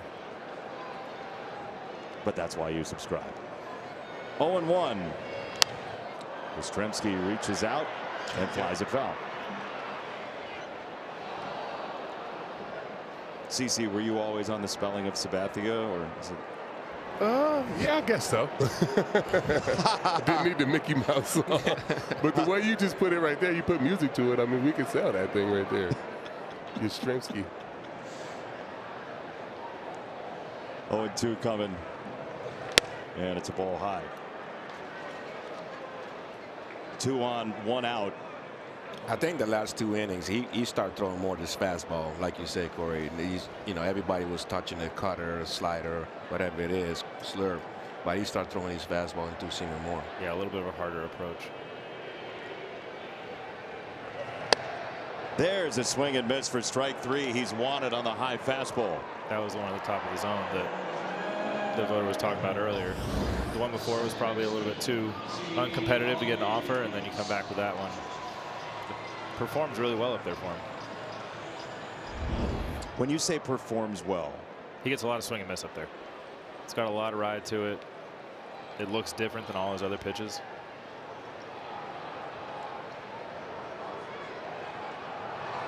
There's Ozzie Albies, and that's clipped foul. Ozzie 2 for 2 of him, so he's starting with a changeup right there. I just love the way he's competing, man. I mean, just going out trying to, you know, give his team, you know, give them length. I mean, he gave up 3 in the second, and, you know, he's just still out here, you know, trying to put together a game. You know, gave up 2 in the 4th, and, you know, just out here battling for his guys. But I just love the competitiveness. I love to see that. That's one of those things for starting pitcher. You know, you're not going to have it every day, but sometimes you're out there trying to get as many outs as you possibly can to lighten the load on the bullpen. In the second inning, you know, Cleveland already had somebody warming up, and now he's throwing, you know, 5 innings. So, you know, that's the competitiveness of him. Teammates see that too, you know. Oh, my. 1-1 is just skewered out to center field. Jam shot base hit for Ozzie Albies, and it's 6-0 Atlanta.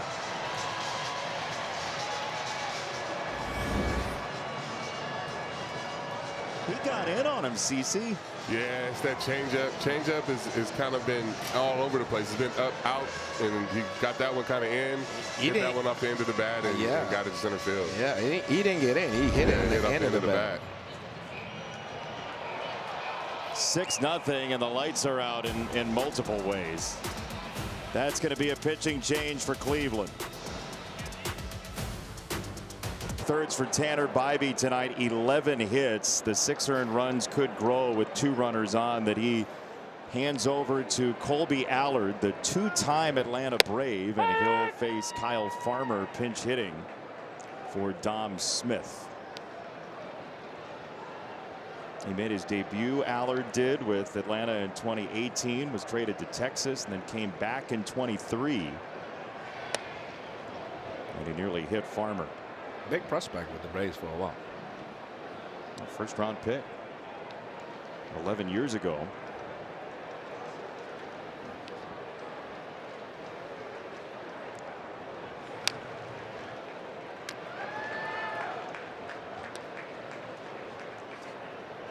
So Dom Smith hits the 2-run homer. Farmer pinch hits for him here, an Atlanta native getting to play for his hometown team this year.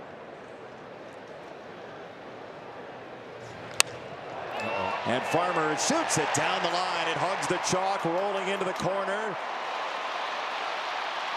Here comes run number 8.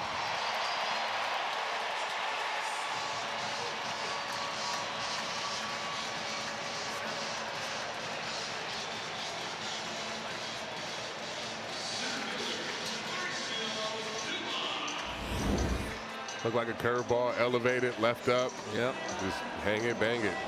Put a good swing on it. I mean, I know that's got to feel good, Drew, when you come in as pinch hitter and be able to get a couple of RBIs. Man, I'm telling you, that make your day, be honest with you, because you sit there the whole day and waiting for, you might not even play because, now both league have DH, and you're just waiting for that one pinch hit, and obviously he left a pitch right out in the middle, and you put a good swing at it and get 2 RBIs, and you're good for a week. Pretty much the best you can do if you didn't start the game. Yeah. Yes. He's sleeping good too.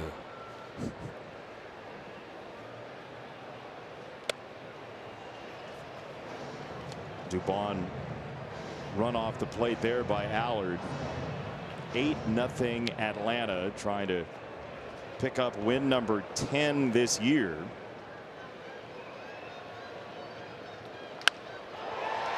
That's into right center field. That's down for a base hit. It forces Schneem into the warning track. Farmer scores, and an out at second base on the tag by Rocchio. The run came home first, so it is 9-0 Atlanta. Dubon cut down at second. Tried to swim by it, never got to the bag.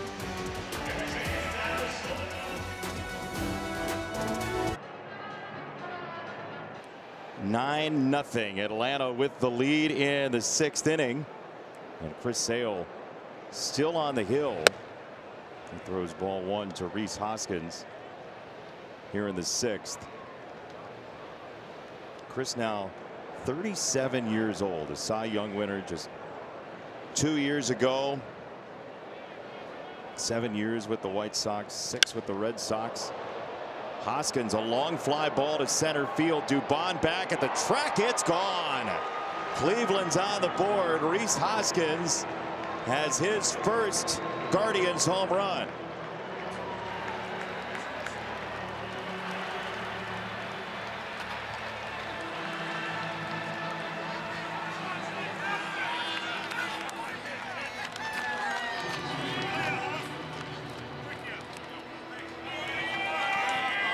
Looks like he got a changeup. Put a good swing on. You like that pitch down the middle, down.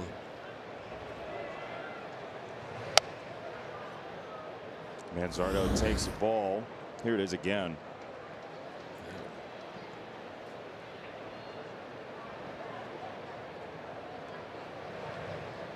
Andrew, even if you stick your foot in the wall, you're probably not going to catch that one. Yeah? I got to get there first, to be honest with you. So you think you could have played that ball? Of course he does. I mean, hey, if you want to be good, you have to tell yourself that you can go get anything, like this.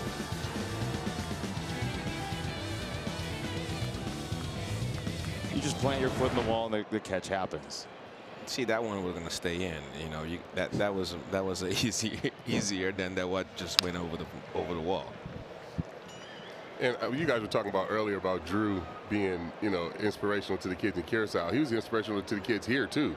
I was 16 years old when he was playing in the World Series in '96, and I looked at the TV and I was like, I'm gonna be a teenager in the big leagues. Didn't happen, but I was definitely inspired by watching him. Wait a minute, CZ. Come on, man. We're about the same age. No, right? we're not, bro. No, we're not. Don't even start that. I wore Andrew's glove when I was playing outfield when I was a kid. Did you really? Yeah. You know, that glove, and I tried to talk with Wilson about it a long time ago. I say, hey, you guys need to bring it back, and you know that little twisting, and yeah. So you know, I saw it from Maddox. I saw Barry Bonds using it, so I was like, man, I like this, and that's why I start with. You don't have enough pull to get a glove brought back? No, I don't think so. I don't think so. If I was playing, probably yes. But not when I'm at home watching the games. 2 down as Sale takes care of Brito with one of those filthy back shoe sliders. I mean, here's a guy who was given one Division I baseball offer, one, from Florida Gulf Coast. His dad described him a long while ago, right when he was coming up through the big leagues, as all arms and elbows back in the day. Didn't have a great freshman year at Florida Gulf Coast, but Chris Sale has morphed himself into one of the all-time greats. Yeah, I think Chris is he's eager to find ways to get better, whether it's sequencing, whether it's working between starts in a bullpen. He's not a loud guy in the clubhouse, but when you pay attention and you watch him work, there's like a determined focus to him in between starts. Left side, right at Riley. Inning over. Could be the last act for Sale tonight, but a gem. 9-1 Atlanta. Said Justice, they'll probably run us out of Atlanta. I saw a banner just below that said, hey, Justice, hope your bat is as big as your mouth. 1-1 pitch. A long drive to right. Ramirez turns to the track. She's gone. Day of Justice. All is forgiven in Atlanta. Bob Costas on the call in one of 5 one-run games in that World Series back in 1995. Bob, that series was so closely contested. What was that moment like with David Justice? Yeah, it really was something, and it's a footnote that only a couple of years later, when the then Cleveland Indians went back to the World Series and had their hearts broken again by the Marlins, David Justice had become a Cleveland Indian. That World Series was one of 5. And the Braves just keep pouring it on here, but since the game is somewhat out of hand, we'll continue with the story from 1995 after the Mateo hit. They went to the World Series 5 times in the 90s and won it only once. That was the time. In the midst of a run of 14 straight division titles under Bobby Cox and John Schuerholz's direction out of the front office. And the team they beat in 95 might actually have been their best opponent. That Cleveland team went 144. The beginning of the season was cut out because of the continuation of the strike from the year before. They had an awesome lineup. Albert Bell and Manny Ramirez and on. Kenny Lofted on that team. But Glavine, Smoltz, and Maddox, in effect, shut them down. Tom Glavine with one of the great World Series performances ever. A one-hitter through 8, and then Mark Wohlers finished it in the 9th. Final score of the game, 1-0, as the Braves won that championship. And now, since then, since the Red Sox have broken through, the White Sox broke through, the Cubs finally broke through, that is going to be an out, though allowed out. So those 3 teams finally broke through. As you know, Jason, the team that has now waited the longest is Cleveland. They last won in 1948 when the Cleveland Indians of Lou Boudreau and Bob Feller and Satchel Paige beat the then Boston Braves. How long has it been? Since then, one team has changed its name and the other team has twice changed its location. Bob, and you mentioned Lou Boudreau there, and that's a great canvassing of the history of this rivalry. Lou Boudreau was a player manager. Yes. Last time Cleveland won the World Series. Like a 24 or 25-year-old player manager. How about that? The best player on the team also wrote himself into the lineup as Drake Baldwin stands in. But that 1995 World Series, it's littered with one-run games. And I know there are a lot of people watching, Bob, where that World Series made them baseball fans. Well, that and Cal Ripken's night, it brought some people back. There were a lot of disaffected fans after that lengthy strike that blew out the World Series in 1994. Tony Gwynn was on the verge of making a run at 400. There were a lot of very interesting things going on in baseball, and then it was cut short. But eventually people came back because the game itself is so appealing. And Major League Baseball has done a phenomenal job with the rule changes to draw younger fans back in, as there's ball one to Baldwin, who is 25 as of today. So he wasn't even around for that World Series, which in some ways feels like yesterday. But two big names in the history of this rivalry there. There's a bouncing ball that will turn into one at second base. And Cleveland trying to turn two and cannot over at first. Let's listen into the final out from 1995. Left center field. Grissom on the run. The team of the 90s has its world championship. Well, you know, Jason, I jumped the gun a little bit. It was the team of the first half of the 90s. I didn't know that starting the very next year, when Andrew Jones showed up to join the Braves, but that Joe Torre, Derek Jeter and company would begin their dynastic run. And the Braves still had a chance to not make a liar out of me if they had won the '99 World Series, because then they would have had 2 World Series championships just like the Yankees, but many more division titles during the course of the decade. But the Yankees swept them, so they claim not only team of the decade but team of the century. I don't accept the liar thing because of your monologue at the end of the Bulls Jazz NBA playoff series, where you anticipated the breakup of the Bulls. You see the future. I don't accept the liar thing. Inning over. We'll go to the 7th. Sunday Night Baseball on NBC is brought to you by Capital One. What's in your wallet? Cleveland winners of the World Series back in 1948. 4-2. That's the last time Cleveland won itself a championship. It's the longest title drought in Major League Baseball right now. And Corey Kluber's up here. We don't mean to bring up bad memories of 2016. If you'd like to we can move right past that. Yeah. You don't. Dylan Dodd is on. He faces Rocchio, and there's a bouncing ball to shortstop. No thoughts to the Cleveland. A lot of Cleveland fans are watching. How special was that team in 16, though? Oh, it was great. I mean, it was a lot of fun. Obviously, we wish we would have been able to win one more game. Ultimately fell a little bit short, but I think that now being 10 years separated from that, you know, if you take a big step back, I think we achieved a lot. Not that it doesn't hurt still. I was going to say that was a little too warm. Yeah. Well, be honest with you, in the late 90s, I mean, Cleveland was that team, be honest with you. I mean, you know, we talked earlier about the lineup that they have. All those guys put in big numbers every year. So that was that team. Like you go face them, you better be ready. Yeah. Carlos Baerga kind of gets lost to history, but it was Lofton, Vizquel, Baerga, and then you have that middle of the order. It's Manny Ramirez. I think that's a Rick Wild Thing Vaughn jersey. Great closer for those teams back in the 90s. Eddie Murray. Place is rocking every night too.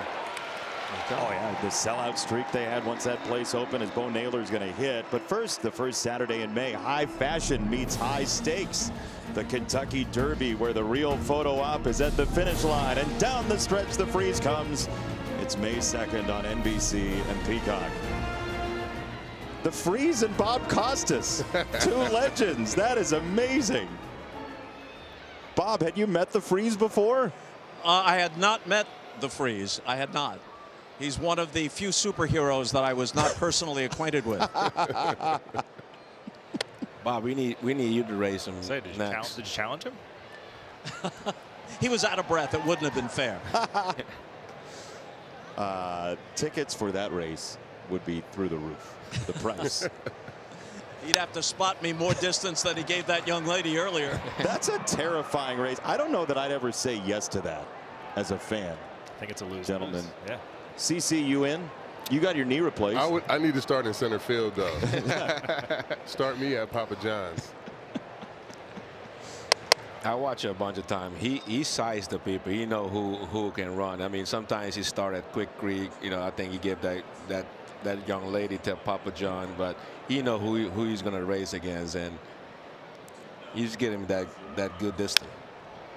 Was that Andrew Jones breaking down the freeze race? Are you like a freeze analyst and we didn't know it? I watch it. I mean, I'm here a lot of times, so I watch that. Do you think you could win? No. Against freeze? Absolutely not. I walked 3 days Augusta this week, and I think I might have knee surgery next week. Don't do it. No. Yeah, CC's not the brochure for knee surgery right now.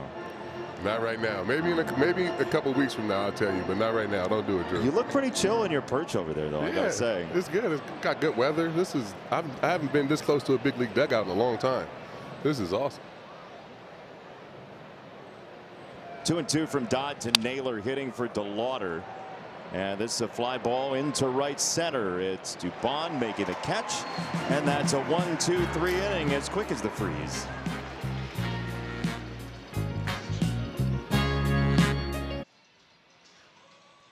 Cardholders get exclusive tickets to every MLB game. Can I get a couple? 9-1 your score. Atlanta with the lead. Let's talk about what's going on this week in baseball. The Pirates are in first place in the National League Central. Paul Skeens, yes, but the rotation has a top 3 ERA in baseball. CC, New York talk radio this week. 5 straight losses for both teams. Where are you at on it? It's the second week of the season. Come on, overreact with everybody. I know it's time to panic, but it's the second week of the season. It's still April, so we're good. Can you imagine talk radio in New York tomorrow? Oh, I'm going crazy, I'm sure. It's going to be flammable. City Connect weekend around Major League Baseball. We saw Andrew get presented with some new Braves gear. Those are pretty sleek City Connect jerseys. I love them. I think the last 2 City Connect with the Braves was very, very clean. I think this one is going to do much better than the first one. So I like the V-neck. Everybody's sporting it, and you know, it's a fun thing to do. I'm with you, Drew. I like the fact that it's a V-neck. You can wear it kind of like a soccer shirt. You know what I mean? It's pretty cool. I won't wear my own jersey, but I think I will wear that jersey if I'm like in Europe somewhere that they don't know baseball, so I can walk around with it and sport it. Get you a Acuna jersey. You good? Yeah, well, you know, I would like to have Jones behind me. Outside of like a charity game, when's the last time you guys wore your own jersey? Like outside? Like outside? Yeah, like outdoors. I don't think I've ever. No. Wait, does that mean you wear your jersey inside your house? No, I would just. No, I would just Come like. on. No, I manage. This February. I manage. Right, sure. I mean, I wear my jersey. No, and congratulations on managing Team Netherlands in the World Baseball Classic. But they're like that jersey, like your own baseball jersey. Absolutely not. I mean, my jerseys, I can't even fit in the size that my jersey was when I played. I was 100 pounds heavier. I'm not gonna lie. I was sending some stuff to Hall of Fame, and I pulled my 1996 jersey out, and I tried to put it on, and it was not a good look. I hope you took pictures of that. If you took one picture, will you send it to our producer right now, please? You know what? I'm going to do it just because I talk about it, but it was not a good look. I think if somebody in front of me, I would have popped somebody's eye out. That jersey was like a 42 size. Yeah, but you're just a teenager. You hadn't filled out yet. That's ripped to the right side and a base hit. Yastrzemski is 1 for 3. Well, wonder why we're doing this promo. Score big on authentic gear at MLBshop.com. From official jerseys and memorabilia to hats and hoodies, we've got the season covered. Scan the QR code or visit MLBshop.com, the official source for your favorite team gear. Final game at Turner Field with your nameplate. Oh, wow. How about that?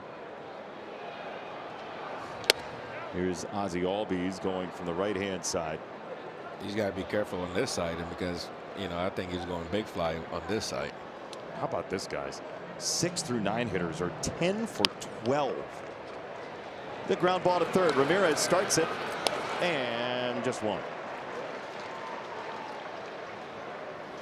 6 for 12, Jason, but with a lot of speed too, and a lot of know how to run the bases. So you get these guys at the bottom of the lineup on base, wreaking havoc for Acuna and Baldwin and Olsen and Riley at the top. It's going to be a lot of long nights for some people down here in Atlanta. This is a team that wants to get back to the postseason, and Farmer, who's standing in, grew up a Braves fan. We saw the Turner Field thing. He evidently, Mark Bowman of MLB.com told this story in an article. Kyle Farmer, when he was growing up, somebody at a Braves game, he was a fan, he was a kid, somebody offered him $20 to yell "cut your hair" at Randy Johnson coming out of the bullpen. He did.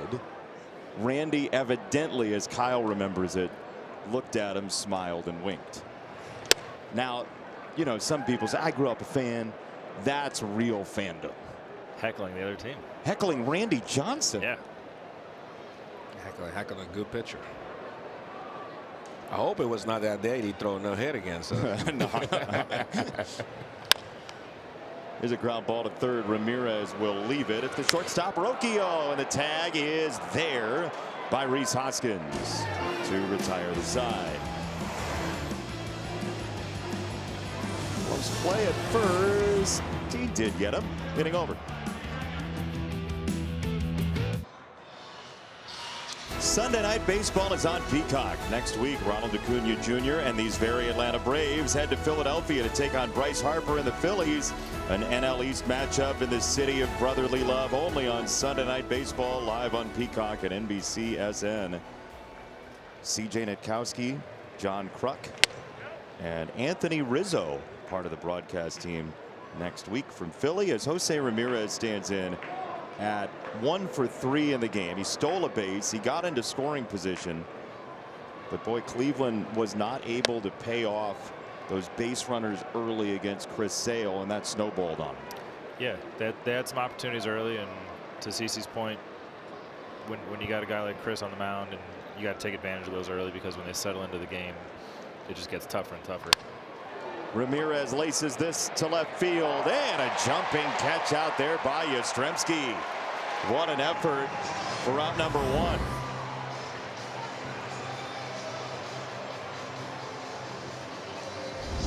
I mean, not a good adding player for the Braves right there. I mean, you know, he just solid player, know how to play the game.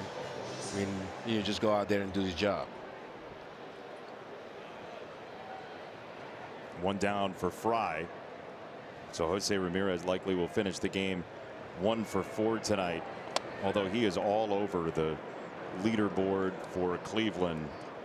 Historically, he's the games played leader. He has been the engine of this offense, as CeCe mentioned, for years.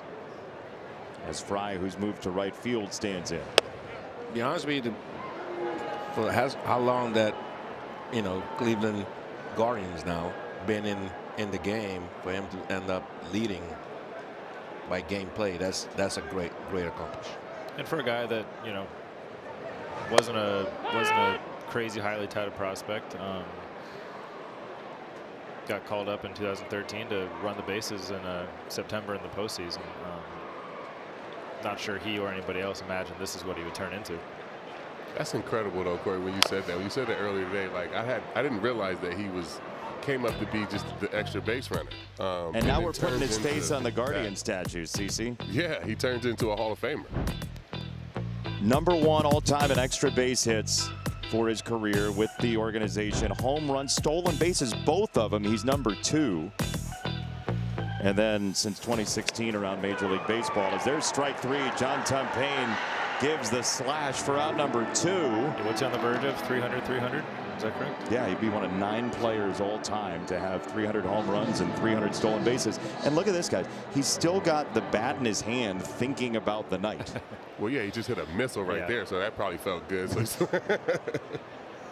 he wasn't too happy with Yastrzemski walking off the field right there. Ball 1 to Hoskins.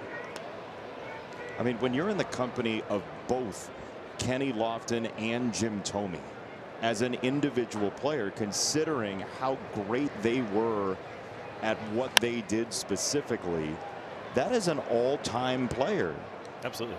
That's what I was saying. You know, just for that long that Cleveland been in the game, for him to have those type of numbers and, you know, being around those names that you mentioned, is very special. To third and Riley. And Dodd has given Atlanta 2 strong innings. Ramirez and the Guardians with a shutout yesterday. They only have 1 tonight.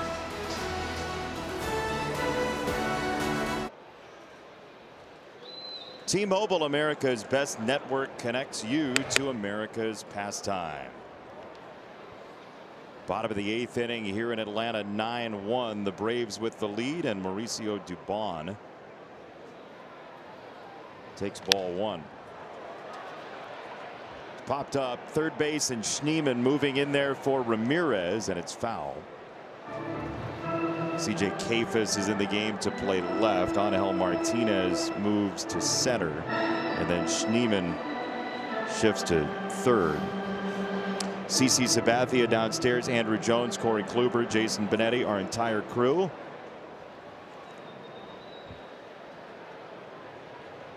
Colby Allard still out there throwing the 8th.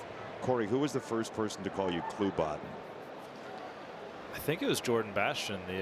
He was the MLB.com writer for Cleveland at the time when I was playing there. I think he's the one that was like coined it. Do you like it? Not particularly, but why? What do you prefer? We can call you that for the rest of the night. 1-2 is line to center. Call me Klubot now. I told you wrong. No, I had 8 innings to do it, and I didn't. Yeah, you did. I have remarkable restraint. Yeah, it was. Starting next Sunday, it's playoffs time on NBC. The NBA playoffs are on NBC and Peacock. Don't miss it. Cleveland is the 4 seed in the East. Atlanta, the 6 seed. They were, as of this morning, going to play each other in the 4-5 game. The Cavs and the Hawks, they have split up, however, with the results of tonight. As there's a strike on Mateo. So because we just asked about the nickname thing, I'm not going to bring up, I would never bring up that Jorge Mateo took you deep. Jorge Mateo owned me. Why? Some guys you just can't get out. He was one of them for me. I tried. I tried all of it. I tried all of it. Nothing worked. Should have just told him what's coming and see, let him pop it up. Yeah. Anybody ever do that with you, Andrew? Tell you what's coming? No. And I know sometimes what the guys were throwing when you know they were tipping, but still like that, I don't. Did you like to know tips? Because some guys don't.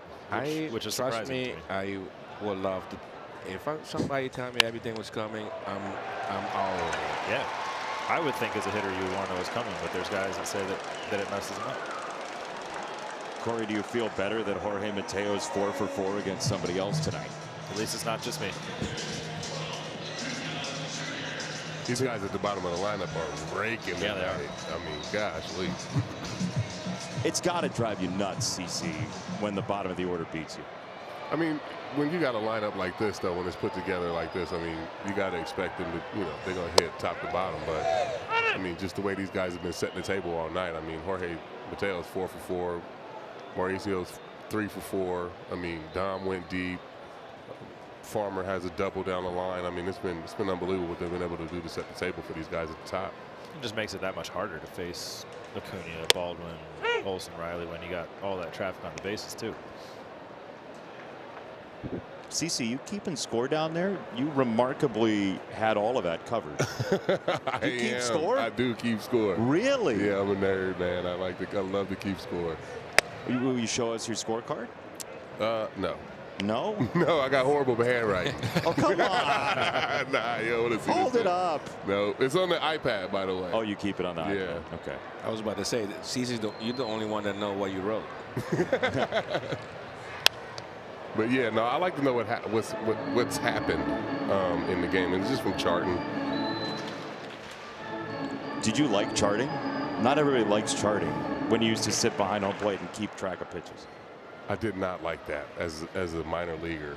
Some of those days when it's 95 degrees out and you're sitting there for you're a 1 sitting o'clock with a game collared shirt. Like, no thanks. I'd rather be in the dugout with the guys. Talking trash. Talking trash. You know what's crazy? The last time I charted was Milwaukee. We still were charting in 2008 in Milwaukee, and I don't know. It's just something to be said about keeping you in the game, or keeping up with what's happened, what pitches have been thrown. Ooh, Acuna gets hit. He'll go to first. Allard just lost control of it on 2 strikes.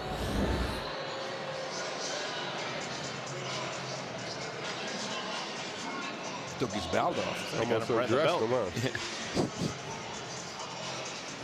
I mean, that's a spot you got to attack Acuna, though. If you're going to go in with the fastball, you have to go in. You can't let him get his arms extended. So he's going to take a lot of those fastballs kind of in that area just because he is so good, out over the plate. I thought he was unbuckling and buckling his belt just to deal with the pain, but the ball actually unbuckled his belt. Yeah. First time I've seen that. That's amazing.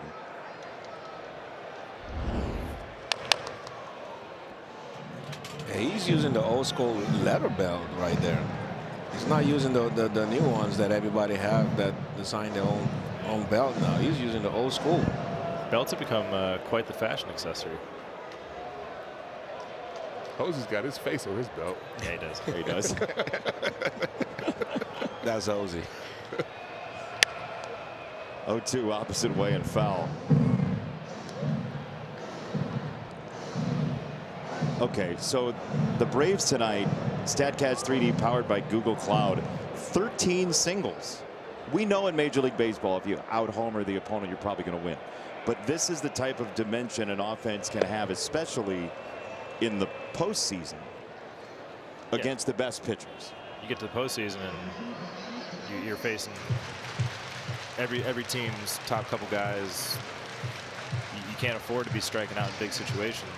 Put the ball in play, manufacturing runs, this type of game that plays in October.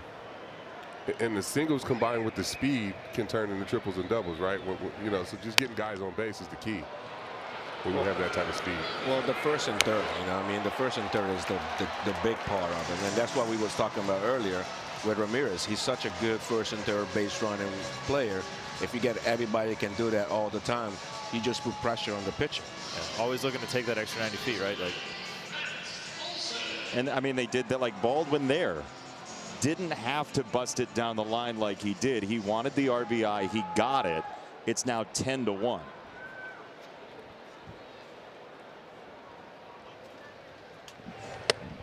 There's ball 1 to Olsen.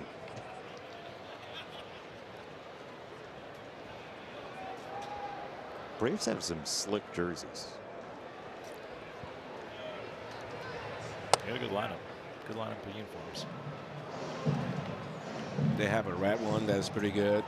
I wish they can use them in a row too, but the red is pretty good, very nice.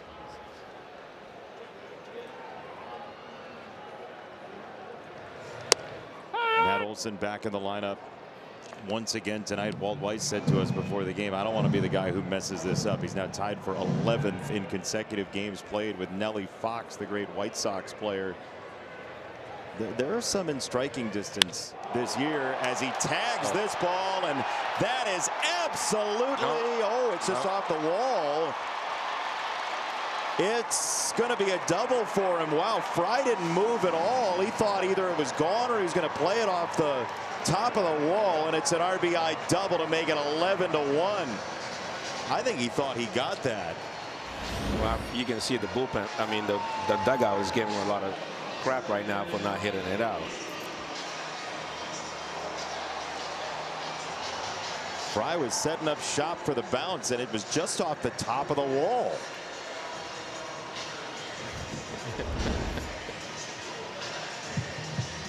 He's like sick of hearing it from the dugout after 5 seconds. So 18 hits tonight, tied for the most in Major League Baseball this year. The Astros did it on April the 4th against the Athletics. And Austin Riley will bat. So 11-1 Atlanta, second and third, and just one out still. We are in position player territory here that you might see Stephen Vogt go to a position player. I don't think so now. I mean, I think they're going to stick with him because I know, like we said earlier, they're going to go on a stretch. They're going to play so many games in a row, so they're just going to let him go till to the end of the game. Agreed. You would figure that if it ends up being like 3 more hits, though, you wonder if they would. Run differential piling up for Atlanta here as that's fouled away.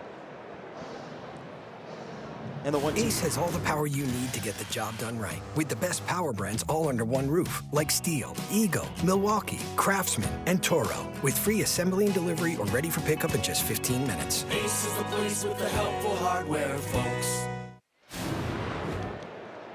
I think it's fascinating how some teams have started to use position players to pitch the ninth when they're winning in a blowout. Yeah, up 10, you have the option of doing it. 2-2 is hammered fair down the left field line. Riley will plate 2 more. He throttles down into second base. It is 13-1 Atlanta. Yeah, you see it now.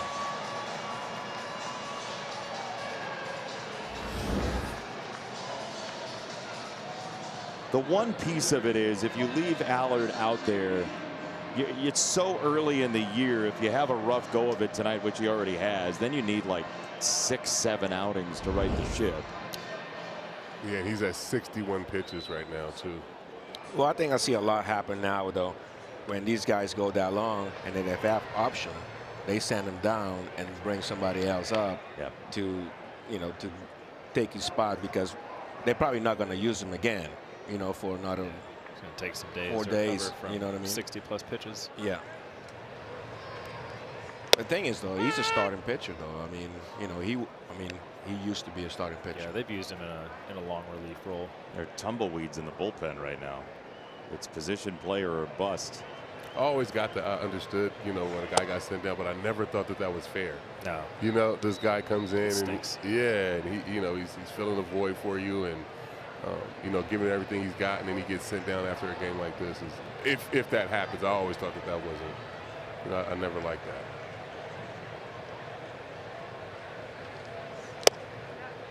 Tucks in a changeup for strike 3. There are 2 away. Luke Williams going to hit in the Ozzie Albies spot.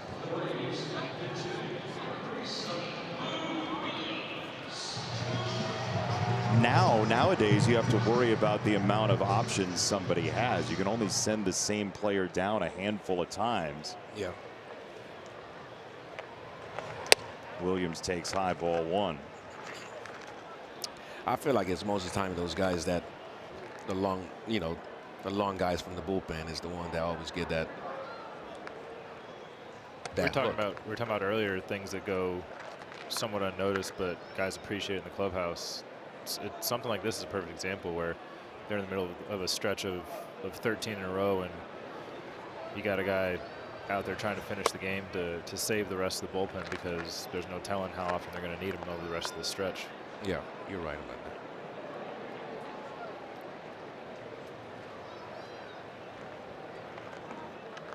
Stephen Vogt watching on a 3-0 for Williams, and that is ball 4. He missed with all 4. And Stephen Vogt is going to go out and make that change for the 9th batter of the inning. Jason, you call it. It's going to be a position player, it looked like. Yeah, you're right, though. Like, he didn't want to. Stephen Vogt did everything he could to not have it be a position player finish this half inning. But he's going to go ahead and do it. Austin Hedges will come in to throw. Corey Kluber's scouting report next.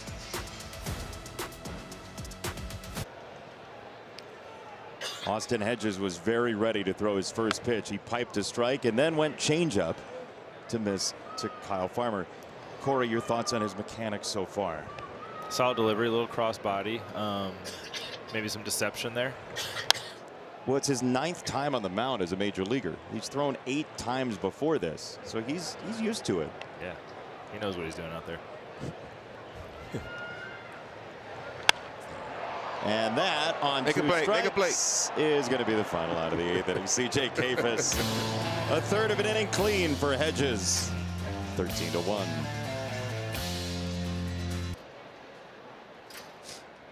MLB Together is baseball's platform embodying the sport's commitment to philanthropic causes and mental wellness efforts by teams, players, and the league. To learn more, scan that QR code or go to MLBtogether.com.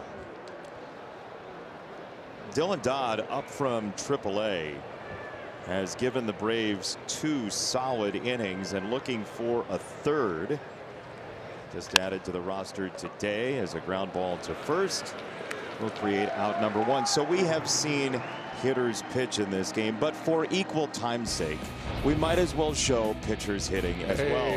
Karsten Charles Sabathia could go yard back in the day. Best part about that one was watching Griffey go get it.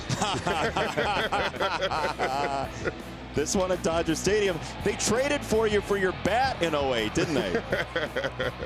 Little slider from Homer Bailey right there, man. Yeah, no, I loved hitting. I just love taking BP. Like, getting to the National League and taking BP every day was so much fun. And just maybe being a part of a game, like putting your cleats on to maybe pinch hit, like that was always awesome. I love the National League. See, Corey didn't have the whole runway to do that in, but you did have 3 hits in your regular season career with a double. Yeah, I think it started off a lot better than it ended. I'd say the last probably couple handfuls of bats were much less desirable outcome for myself. I think I bunted into a double play one time. Oh, did you really? Yeah, I'm pretty sure I did. That is a less desirable outcome. I think I actually gave up a home run to the pitcher that same game. Did you really? Yeah. Who was it? Brent Suter. Wow. Yeah. Oh, you never forget a game like that. No. 1-2 is a swing and a miss by Brito. Dodd has out number 2 in the 9th. Well, gentlemen, this Atlanta team got shut out last night, and now they've put up 13 runs this evening. Look, they came into today's 2nd in home runs, 3rd in slugging, and they're still not 100% healthy, certainly in the rotation, but Sean Murphy's still on the injured list from last year. This looks like a pretty loaded team in the NL East. I'll be honest with you. I mean, you know, the last 5 years or since they won the championship here, the lineup been very, very, you know, hittable. Long fly ball for Schneemann to the warning track, and that's off the brick wall, ricocheting back in. Schneemann has his 3rd hit tonight. Acuna's looking up like, did I have a play on? All 3 hits off left. I mean, tough lefties too. Yeah.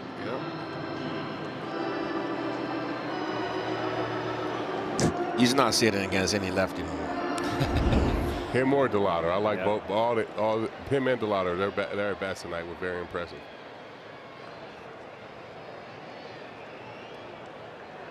This would be a save, by the way, for Dodd. The old 3-inning save.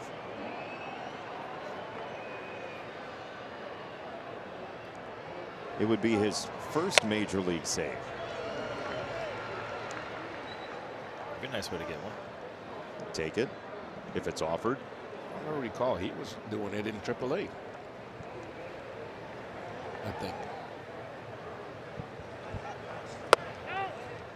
He's thrown 4 games for AAA Gwinnett just down the road in Lawrenceville.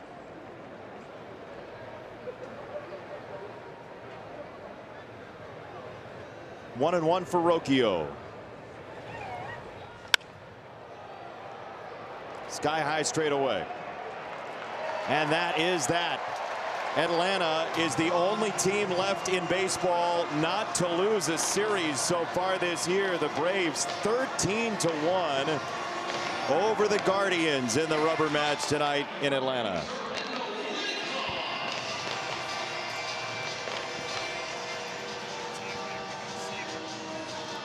"19 hits, the most in Major League Baseball in an individual game this year so far, and Atlanta goes to 10-6. We'll step aside and wrap it after this.